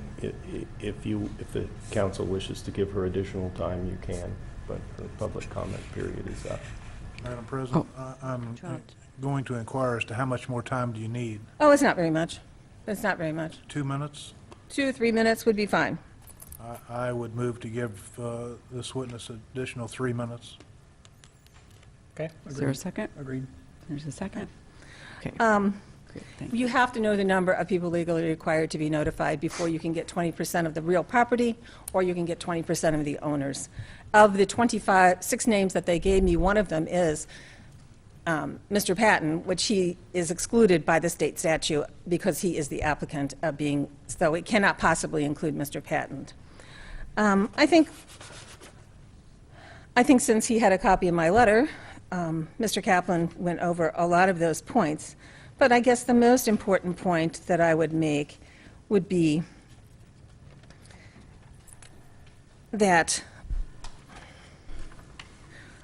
on number 15, and it would be, we can go over all the factors and findings we want, but I feel that there's a bigger issue at stake here, and that is what's fair. I do not believe that this has been a fair process, or an open process, or a transparent process. And I would ask everyone on the council to consider that, and consider if this is the way that they would like themselves to be treated if they were in this position. I hope that the 106 people that we have included in our petition are meaningful to you, and I hope that you vote against this amendment. Thank you very much for your time. I have a question for you. Thank you. No question. I'm trying to get at the crux of this issue. Whatever the process and procedures, I'm going to set that aside. I just want to understand from you, does this all boil down to 101 lots is the critical item? That we were told, that the amendment that you have, that 1301, we went from 108 to 101, and that was what we were told, that's what we had been promised. And so we want to continue the 101 lots. Also, we have a huge concern over beginning the process of chopping up the golf course. If 2 lots are granted, can 10 more be granted? When it went to the Planning Commission initially, the very first question from the Planning Commission was, is there a precedent for this? So if it goes back to the Planning Commission, these 2 lots pass, and goes back to the Planning Commission, they're going to say, has it been done? And the Planning Commission's going to say, yes. That seemed to be very important to them, whether it had been done before. The other thing is, if the applicant, if you guys vote against this, the applicant can reapply, and then we can, at that point, with our new knowledge, file a protest petition if we choose to, and if it's possible to file it. But we'll have the knowledge. We'll know that there's a protest petition remedy available, and we'll have much more knowledge of how to do it. And we hope at that time that we could work with the city staff, that they would be, that they would become more knowledgeable of it also, and that we could work together on it. Thank you. Are there any other further questions for the, I don't for have the a question directly Mrs. for Barclay? Mrs. Barclay. I do have a question for Mark. Okay, let's finish the public Well, it's a comment. direct response or question based on what she had said, and I think it's important to say it now. if you Okay. don't mind. Okay. I guess I would say, why is this information not easily available on our website, and what are we doing about it?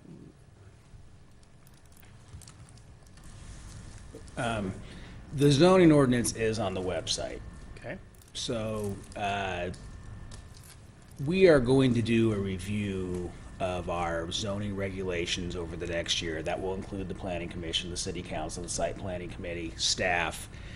And I think we should talk about at that time if there's further transparency issues we need to work on. But that would be my response is we're hiring a professional consultant to work with us on the planning issues. But again, I would volunteer that the zoning ordinance is on the city website. You have to go into the zoning ordinance and look at things, but it is on the city website available for citizens to review. Okay. And if the same question was asked, we would, at this point, have the correct response? Yes. Okay, that's all. I have a Okay. comment or a question. Okay. I just wanted to clarify, because I think what Mrs. Barclay was, and I could be totally wrong, but the checklist, I think, is what she's referring to at the Planning Commission meeting. There's a checklist that the, Yeah, number 15. 17 factors and findings. well, but after that, the checklist and reading off everything and zoning and, what's it called? Checklist for conducting a public hearing on a rezoning case. And at the end of it, in closing remarks, it specifically says how many days you have to have a protest petition and when it will be at the council meeting. And it's not been habit to read this.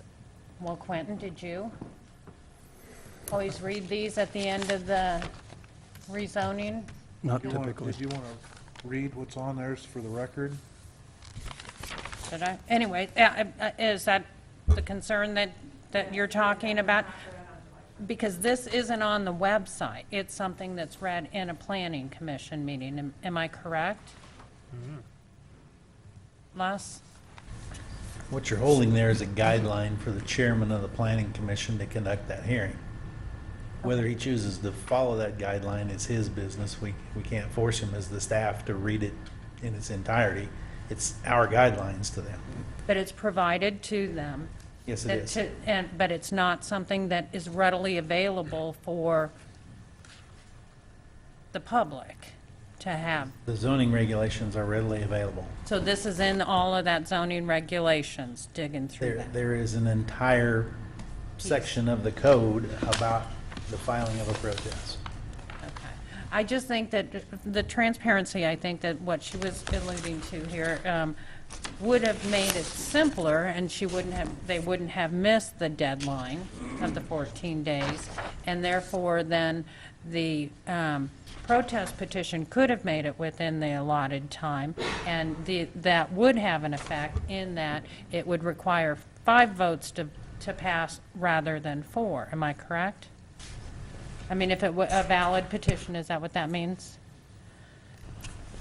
Yes, but just to be clear, that just follows the state law. Okay. I think it's, Madam President, I'm I think we- suggesting that we finish the public hearing portion Okay. of this. Okay. thank you. Are there any further comments for any of the public presenters? Well, I might make a comment about what we're discussing here. I think this has been a learning experience for everyone, and I do not believe that there was any intent to withhold information from the opposition in this case. I think the information that was not given has not been given at most or any of the zoning hearings, that last paragraph. And I think we're going to remedy that, and we're going to make sure in the future that when it is a zoning hearing, that that paragraph is read about if there is any opposition to this, you have so many days to do such and such. Am I correct in that we're going to make that step to? Go ahead. Go ahead.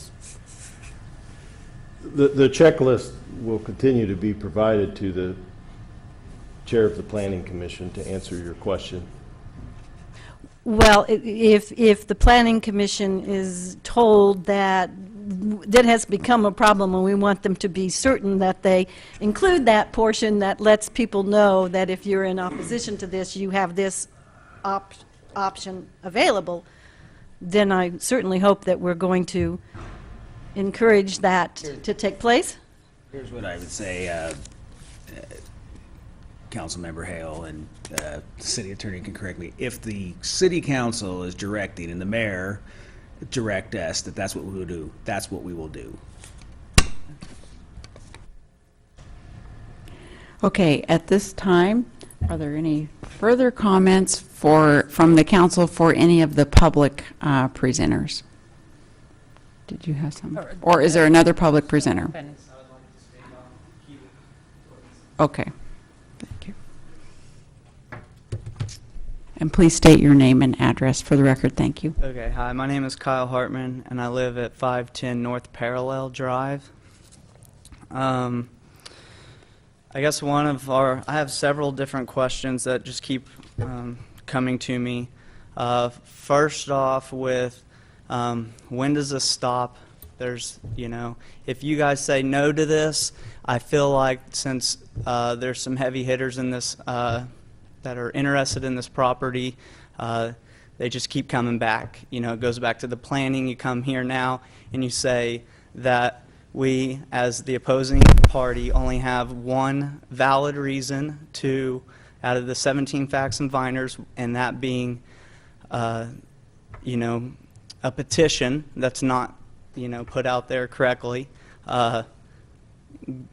knowing that it wasn't valid or not, it still is the fact that, the majority of residents that live in the area do not want to see the lots being turned into 2 houses. I respect everybody's opinion on this. I know there's pros and cons, and you guys ask us to come up and speak on our behalf and how we feel about it, and I just feel like, listening to everybody and not making assumptions or, having your own opinion and not listening to others. I appreciate those who do listen.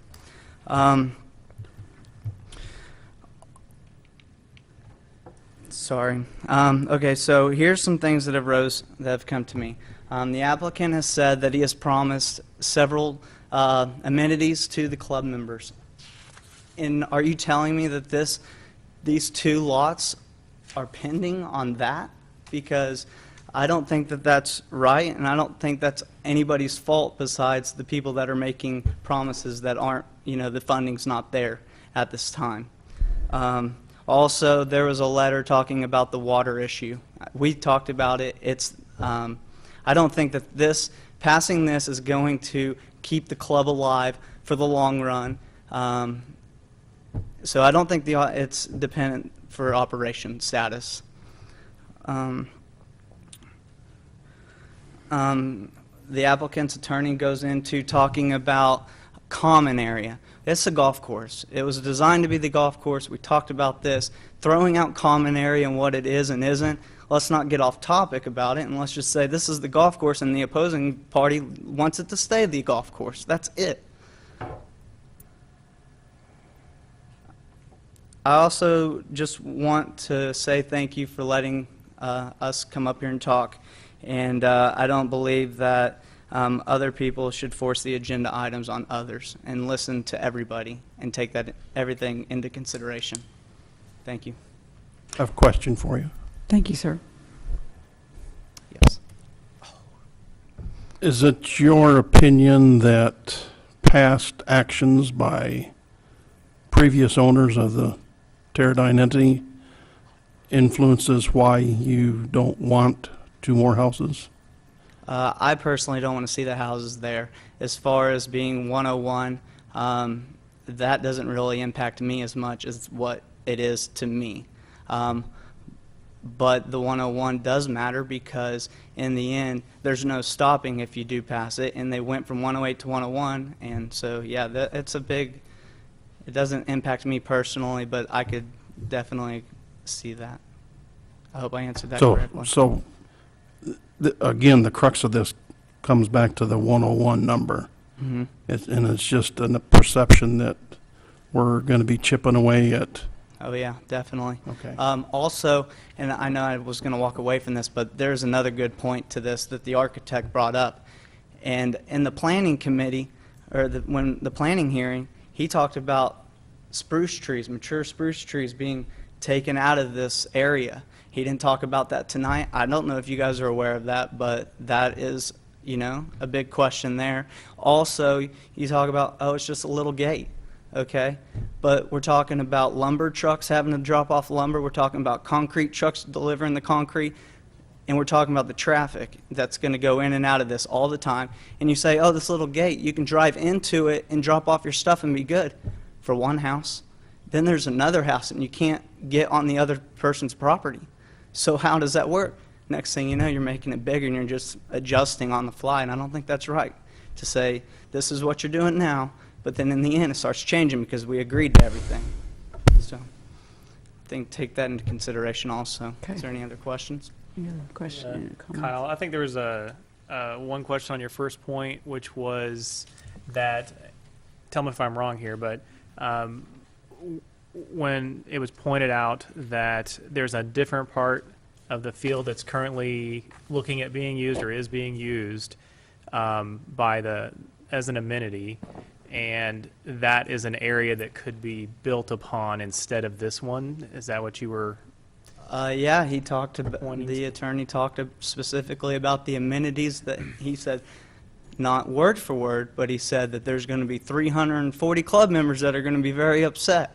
And I felt like he was just throwing that out there, like, that's, whose fault is that? That's not, I'm sorry, that's just not who's here. And it's not our fault that, I'm sorry, 340 members. And I honestly don't believe all members are going to be upset about this.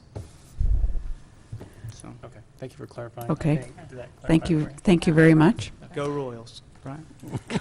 That's right.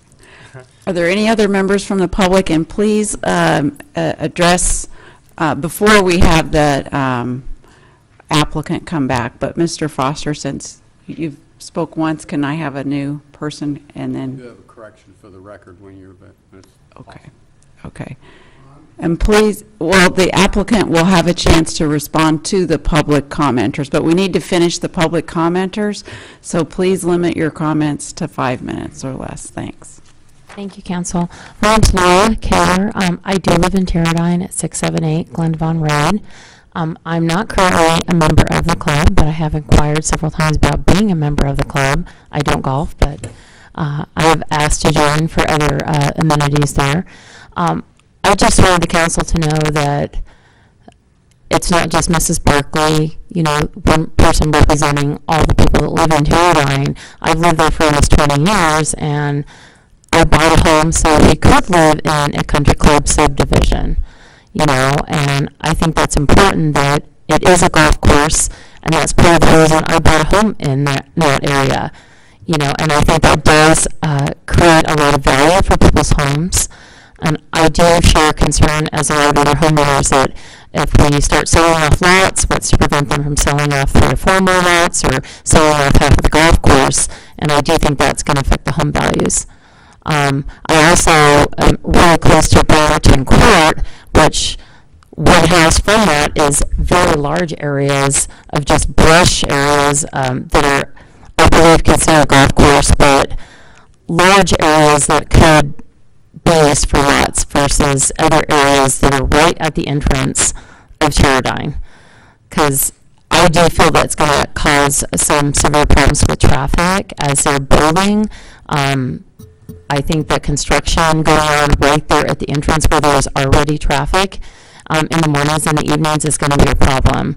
In the long run, I'm not sure exactly once the construction's done how that's going to affect traffic, but I know initially it's not going to be good because the exit's already a mess and covered in dirt and mud, and I have to drive through that in my car every day going to work. So it is so much of a disappointment. Since you buy a $350,000 home to live in that area, to have to drive through that and see that every day, morning and night. So I do have some concerns for the future of Teradyne, whether there is going to be a golf course or not, and how that is actually going to affect my home value. And that's all I have to say. Thank you. Okay. Thank you. Thank you there. Okay, sir.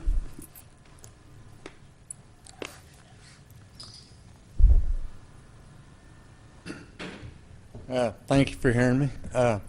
I do live at 1516 Oxford Court in Teradyne, which these houses are going to be basically straight across the fairway from me, but I have no problem. I mean, I'm looking at dozens of houses now, and 2 more, it really isn't going to matter. So, and that's all I've got to say. You want to state your name? Otis Bentley. Otis. Okay. Thank you, sir. And the gentleman here, okay. I'm Paul Hanneman. I live at 1204 Teradyne. It's a tough situation we're in when you've got neighbors who are in disagreements, and it's really a tough situation. And if you don't agree with your neighbor, then they don't like you, and vice versa. And that's not how I feel about this issue. I can totally understand where homeowners are coming from on this situation. I totally understand and where people are coming from. But as someone who lives in that area as well, it doesn't. I look at it as it for our club, this group of ownership who's taken this club over from basically being in bankruptcy to bringing it back up to where it's at, and for those guys to try to succeed and to try to come up with new markets to make up some money and things like that. I think one of the things that was stated in the last meeting that kind of caught me off guard was I got a letter, and everybody here I think got it from Rob, that was stating that this was going to help the water issue, and a lot of the homeowners in the area were just laughing at that because what's $100,000 going to do for the water issue? It's going to do nothing. It's a drop in the bucket, right? But his plan for this is a little deeper than that, and what he'll potentially do with the money is dredge out the lakes, which will add water to the lakes on a yearly basis, which could end up adding hundreds of thousands of dollars over the time because those lakes are going to collect. Right now the water just runs down the street. The last piece of new information, and this just kind of come up, I was just sitting here thinking about this, is a few years back, and I'm terrible with dates, terrible with time frames, and terrible with numbers, and maybe somebody else can speak to this a little bit better than me, but a few years back, the previous owners had petitioned to put a hotel in right behind the clubhouse, right behind the pool, right behind the tennis courts, and would have literally blocked out the sun for some of the homeowners.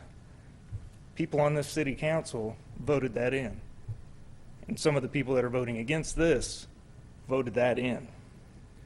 That, we had 225 people on that petition, and you voted against it. So this is, it seems a little hypocritical to look at one petition and say that one was no good, and we're not going to listen to that one, even though it had more names on it, and we're going to allow a hotel to go in, but we don't want 2 homes to go in. That seems very, very hypocritical. That's all I have to say. Thank you. I was on the council at that time, and I am totally unaware of any petition. No petition was ever given to us with any signatures. So I don't know who had that petition, but it was not given to us. Does anybody that's been around? I think you signed it. I would, if I wouldn't have been signing the petition if I was on the council. I think you signed it. I actually supported that because they were already zoned to be a hotel. So It's also zoned for homes as well, and you're voting against it. You've been very biased about this from the beginning. Well, the fact that you're voting is kind of ironic to begin with, because as a city council member, what we're supposed to do is we're supposed to be open-minded to anything that comes before the city council. If you're so closed-minded on a decision before you even get here, you really shouldn't even be voting. That's all I have to say. well, I'm not closed-minded on the issue. Okay. Any more new information that would like to be presented from the public before we give the applicant a chance to respond to the public comments, and then we'll move on? Madam Chairman, I'll relinquish my rebuttal to Mr. Foster, who had something to say. He's the professional. Okay, well, first I need to make sure, is there anyone else from the public that would like to make a comment about new information before we close the public hearing and hear from the applicant? Okay. Hearing none at this time, we'll close the public comment period, but we bring back the applicant to respond to the public comments that were submitted. This is just very straightforward. If you'd back up one slide, please.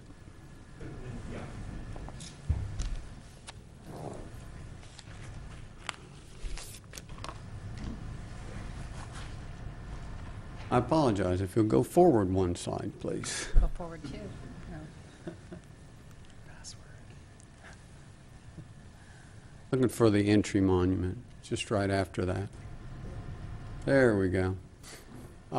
This is just a matter for the record. At the Planning Commission, right there and right there are 2 existing junipers. Spruces were just previously mentioned there, so just to correct that now. Again, coming back to this issue of aesthetics from the applicant is, with those 2 trees coming out, the idea is to fill that in with some fencing, again, to repeat what's existing. But again, respecting that new Reserve C in there, and this was expressed to us before we even started from the applicant of the concerns for the entry monument and the existing landscape. And so the idea is to come back in with just a few more trees, because those 2 were going to need to come out to get the fencing in there on it to provide some protection for any person that might own the property there. And Mr. Kaplan, is there anything else you'd like to add from the applicant's standpoint? Anything you'd like to add, Mr. Kaplan? No, sir. No, ma'am. Let me ask you one question on the fencing. Okay. So the existing fencing is going to remain on the Correct. south side, and then you're going to put another fence line in there. No, this is all, the only new fencing is here and right there, because there's a couple junipers right there right now. That's the only change. Okay. Okay. Thank you. Thank you. Does any other members of the council have any questions for the applicant? Any further questions for the applicant? Okay. Hearing none, We will move on, that the council has received all the information they need on this case, having heard from our zoning administrator. We've heard from the applicant, we've heard from the general public, and we've been given an opportunity to hear any new information tonight. At this time, again, I'll bring back the discussion here to the bench. Any further discussion in the public comment period, again, is closed, and we will look at the council, the options that we have for deliberating on the matter tonight. I do want to bring up that it is not an option to send it back to the Planning Commission. I think the public had a question about that as well. So our options are to accept the Planning Commission recommendation and approve by a four yes votes, override the Planning Commission recommendations by a 4 vote, or take no action, or if we end up in a tie, it would not advance either. Do any council members have any questions or before we deliberate? Madam President, I would like to initiate a motion approving the ordinance for Z-2015-02, amending the City of Andover zoning regulations based upon the Planning Commission's recommendation in this case on the same factors and considerations as the Planning Commission has approved the matter 6-1. Okay, we have a motion for approval as is presented by the Planning Commission. Second. Okay, we have a motion by CR and a second by Troy to accept the recommendation from the Planning Commission. Now, any further discussion? Discussion on the bench here is allowed now. Don't be shy. Oh, Jump go right ahead. in. Go ahead. No, go ahead, if you haven't commented. Well, it seems that this whole thing boils down to the 101 lots. All the other periphery items, although important, what we're trying to determine is the future of this location. The Planning Commission stated on item 15 that the opposition was due to obstruction of aesthetics. While that is true, that we have heard that from some of the presentations, it appears to me that the perception from the signers of the petition, it is the opposition is due to a perceived chipping away of the quality of the development. It seemed, looking back at the original record, that there was a purposeful intent to limit the lots of the Teradyne development because they wanted a certain character and quality of the development. And it seems like the residents want to maintain the character and quality of their development. And I can fully understand that things don't go pot all in one big step. It's the incremental chip by chip by chip, and then eventually you end up with something that you didn't desire. So whether that will actually happen or not, we don't know. And I guess that's what this decision comes down to for me is, are we setting a precedence that will deter or that will degrade the Teradyne development? Madam President? Yes, Troy. I guess I would ask a question then. For any PUD in the future, no matter where and for what development, would you suggest that it can never change? No. This is a unique situation. I guess I don't, I see your point, I guess, but I don't see it as unique. I don't see it as any different than any development. And I'm just telling you, and you know, my thoughts on that. I don't see it any different than any other development that might want to add or remove lots. And Well, I guess the thing that's unique about the Teradyne development is this number, 101, was established from the get-go. Actually, 108 was Well, established. right, But it's already changed. And your assumption is that it was reduced due to aesthetics, although I don't recall anyone ever saying that. well, that was what it was stated in the Plan Commission minutes there. Okay, because usually when a PUD is reduced, it has to do with money. If they're not going to sell Yeah. the lots, to not have to pay the extra for those extra lots they're not going to develop. Anyway, and my real question is, okay, and you answered it, was does that just mean that from now on you would say we would never reduce or increase? And your response is, yes, we would. You see this as a unique situation. Okay. Yep. Madam President. Yes, Caroline. I do see some uniqueness here. What I think would have been beneficial to all involved if the owner-developer had actually tried to meet with the owners, had an open meeting, invited the owners, and listened to all concerns.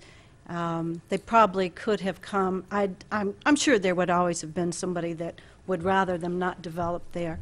But I think some kind of a compromise, some kind of a quid pro quo or whatever, you know, something might have been reached. But it's impossible for the city to, we've talked about this with staff, the city cannot, we cannot suggest anything for them to do. So that is one thing that I think would have helped this whole situation. We did have some similar discussions with developers in the past, and they did invite owners to come and listen and talk to the owners and listen to their concerns. So that is something that I think would have helped with the process. I know that there are things that have happened that we all wish would have happened differently, and we're going to work on doing that. I don't think that really has anything to do with this, though. Next is the owners that are objecting a great deal, I believe, because they have a financial investment in beautifying this corner and have spent over $100,000 in making the improvements and making it look like it does look.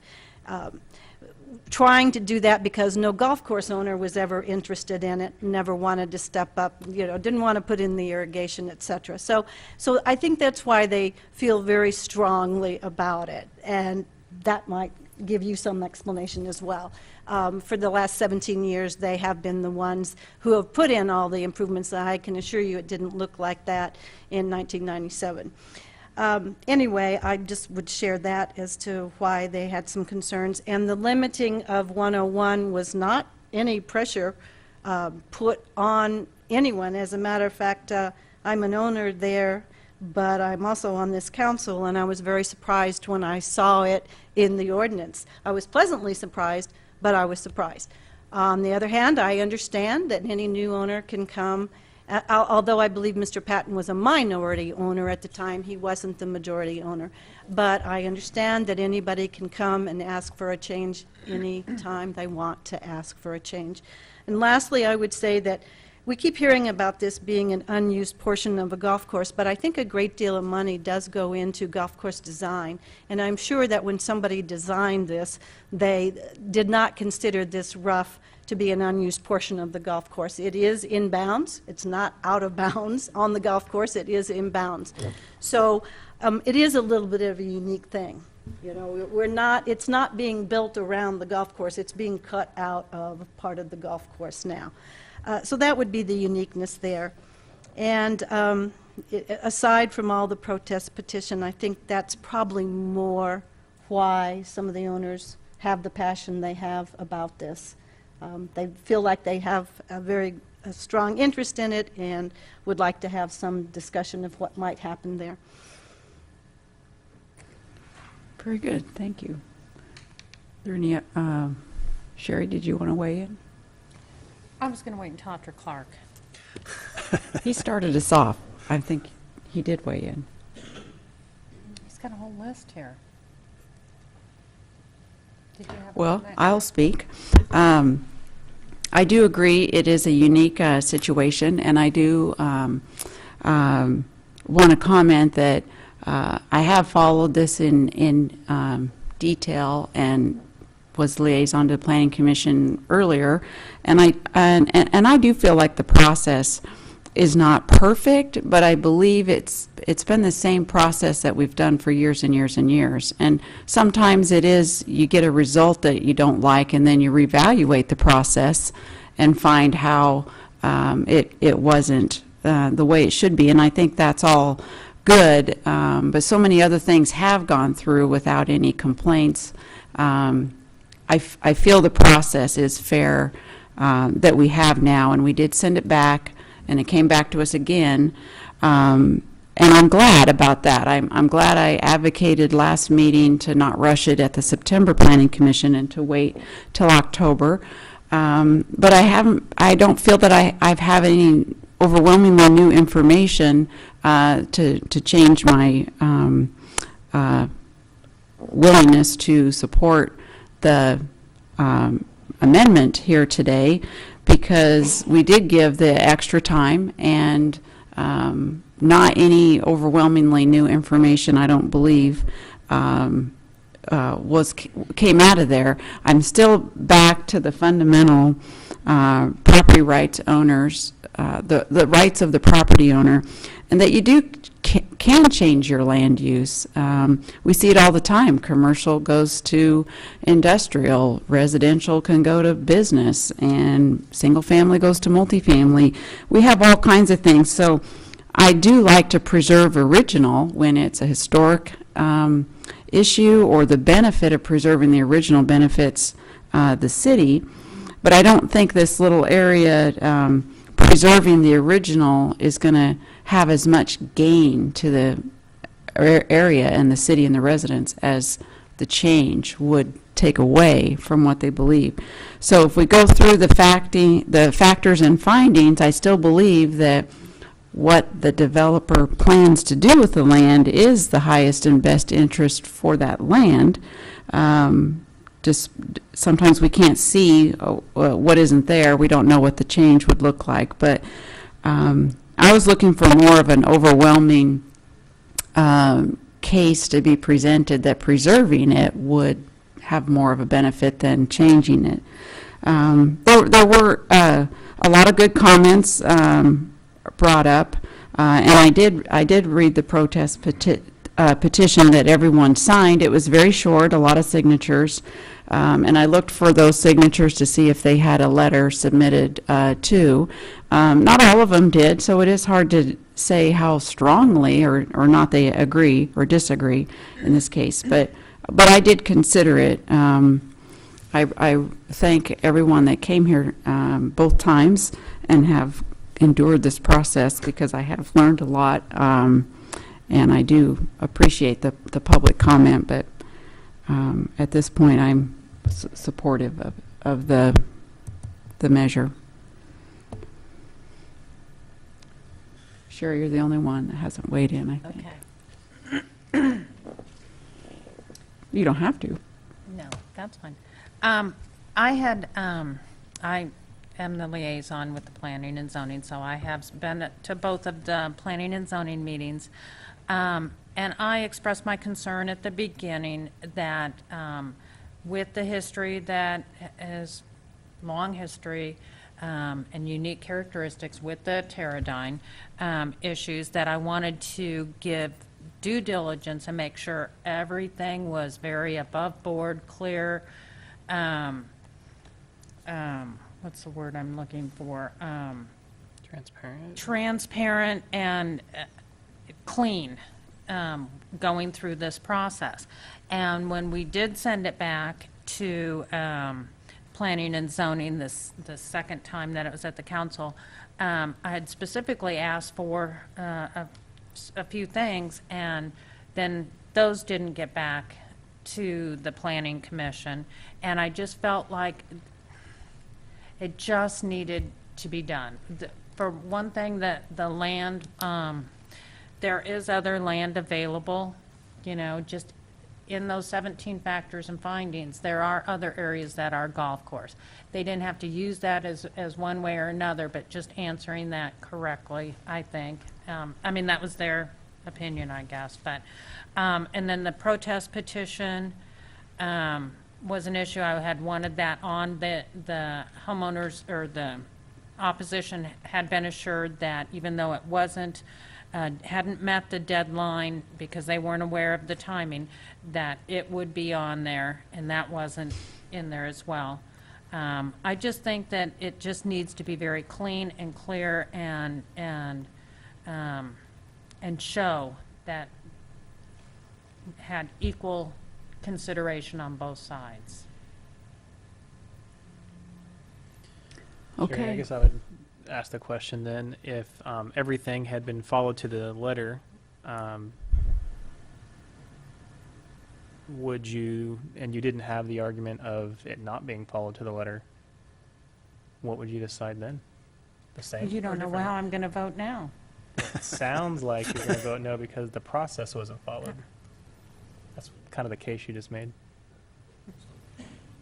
I'm just saying, I'm just asking the question. Maybe it's unfair to ask that question. I apologize. I'll retract my question. Okay, you can ask me afterwards. Sure. Madam Okay. President, I have a couple comments. Okay.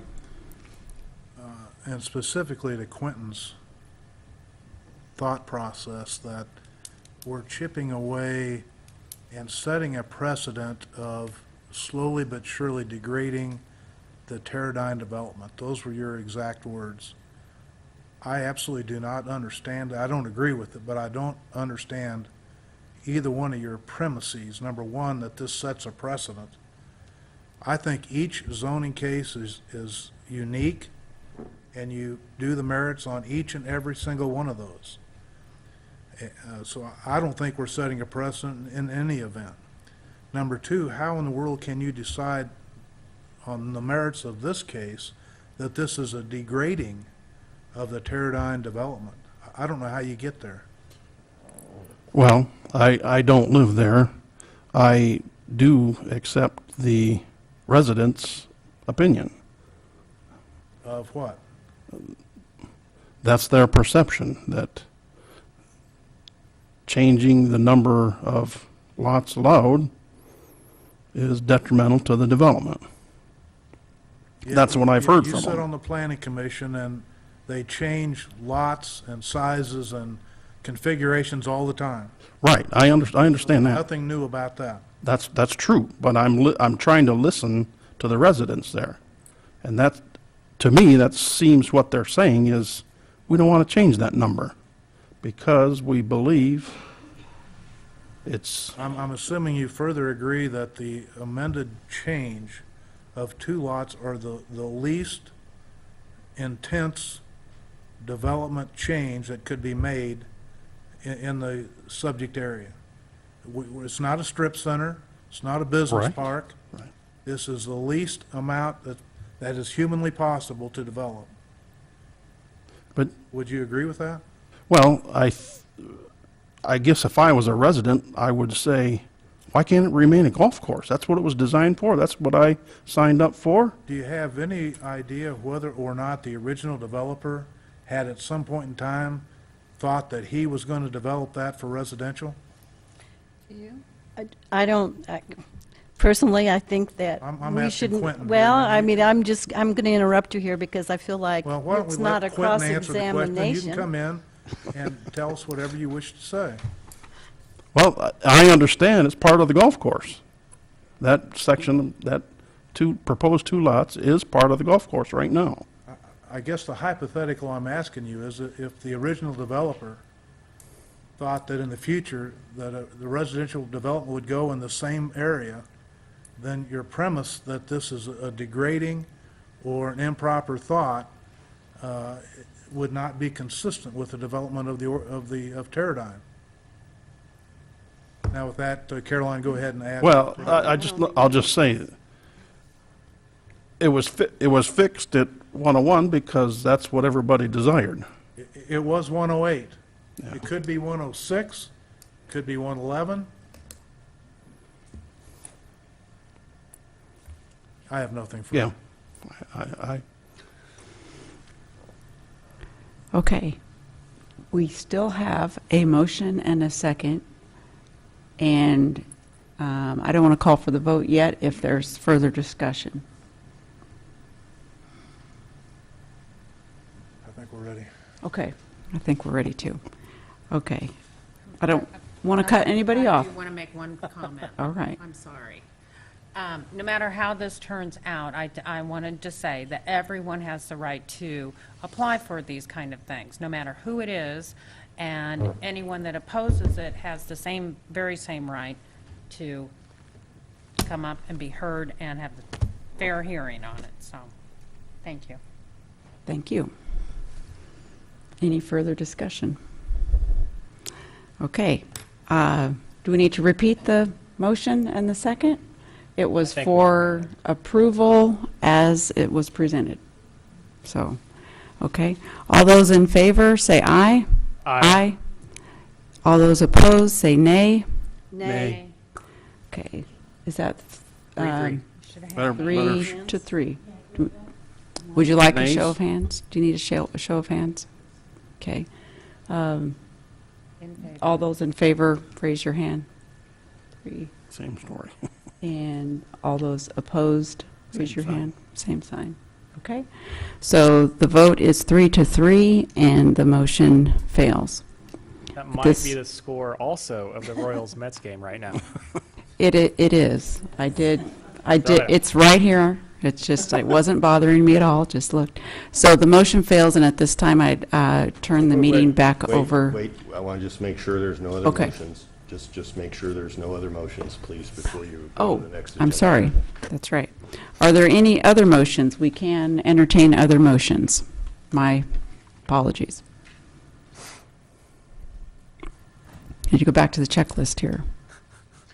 Are there any other motions? We can't send it back to the planning commission. If you want us to go through the other motion and see that it fails too, is that what you're asking? No, Councilmember Hale, I'm just making sure there are no other motions so that it is clear there's no action going to be taken on this tonight. Okay. I'm just making sure. I would like to ask if there's any particular, I think we've all expressed yes or no, but if there's any particular revisions that anyone wants to make, you can ask to, if that would, just to know, you can make a motion, or any of us can make a motion wanting a revision of some part of it. A conditional approval or something. I don't think there's Yeah. we can do conditional approval.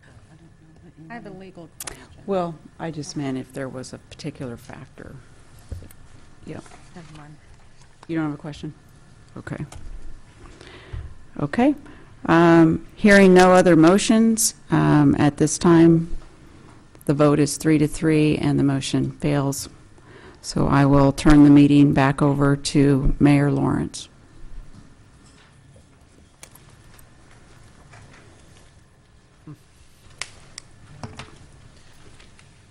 We have a... Executive. Yeah, executive session.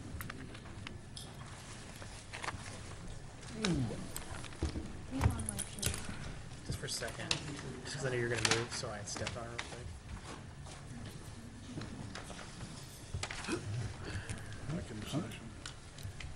You need this executive session tonight?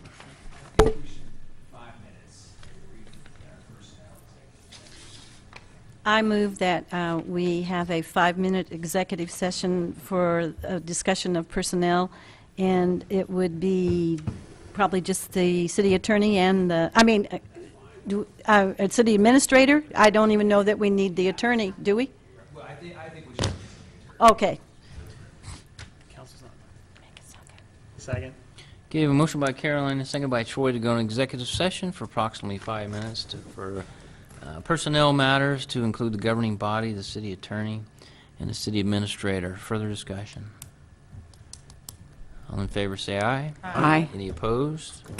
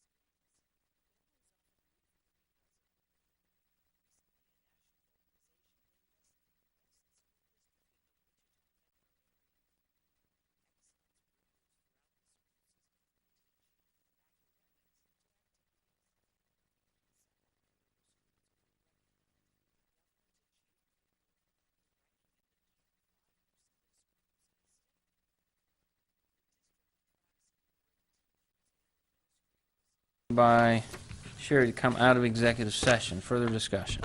All in favor, say aye. Aye. Aye. Any opposed? We're back in regular session. Down to member items, right?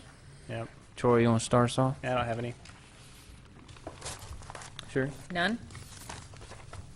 I'll pass. Chris? Happy Halloween. Everything. Go Royals.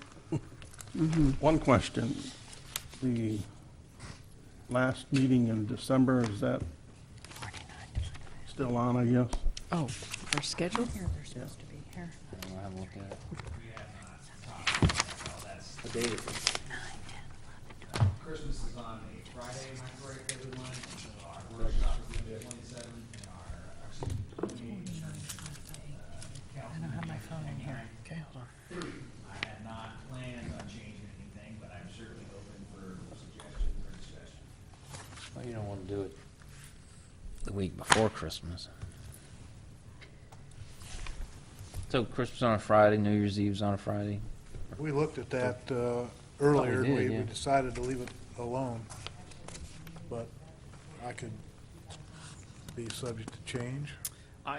Well, I know many Apply for a places, zone change, I don't know. I won't be here in the last week of November 24th and 23rd. FYI. Not that it matters, but just saying. Wait a minute, aren't we talking December? Yeah, I know, but I just recalled. I wanted to make sure I I didn't would wait till say the week that to take a before. look at, I still think not cancel a council meeting, because then you don't know what might come in, and then we could end up getting all kinds of stuff bogged down on us again. And it happened the last time. So I would prefer that we keep the council meetings scheduled, but if you don't have anything that you believe is necessary to come out on workshop, I certainly am not opposed to dropping a workshop. So I'd say it's you telling us what we need to do. Wouldn't mind, Mr. Mayor and council, if we could discuss with staff and get back to you with a recommendation on it. Anything To else? adjourn. Wait a minute, were you done? yep, second on that motion. All in favor? Aye. Any opposed? We're adjourned.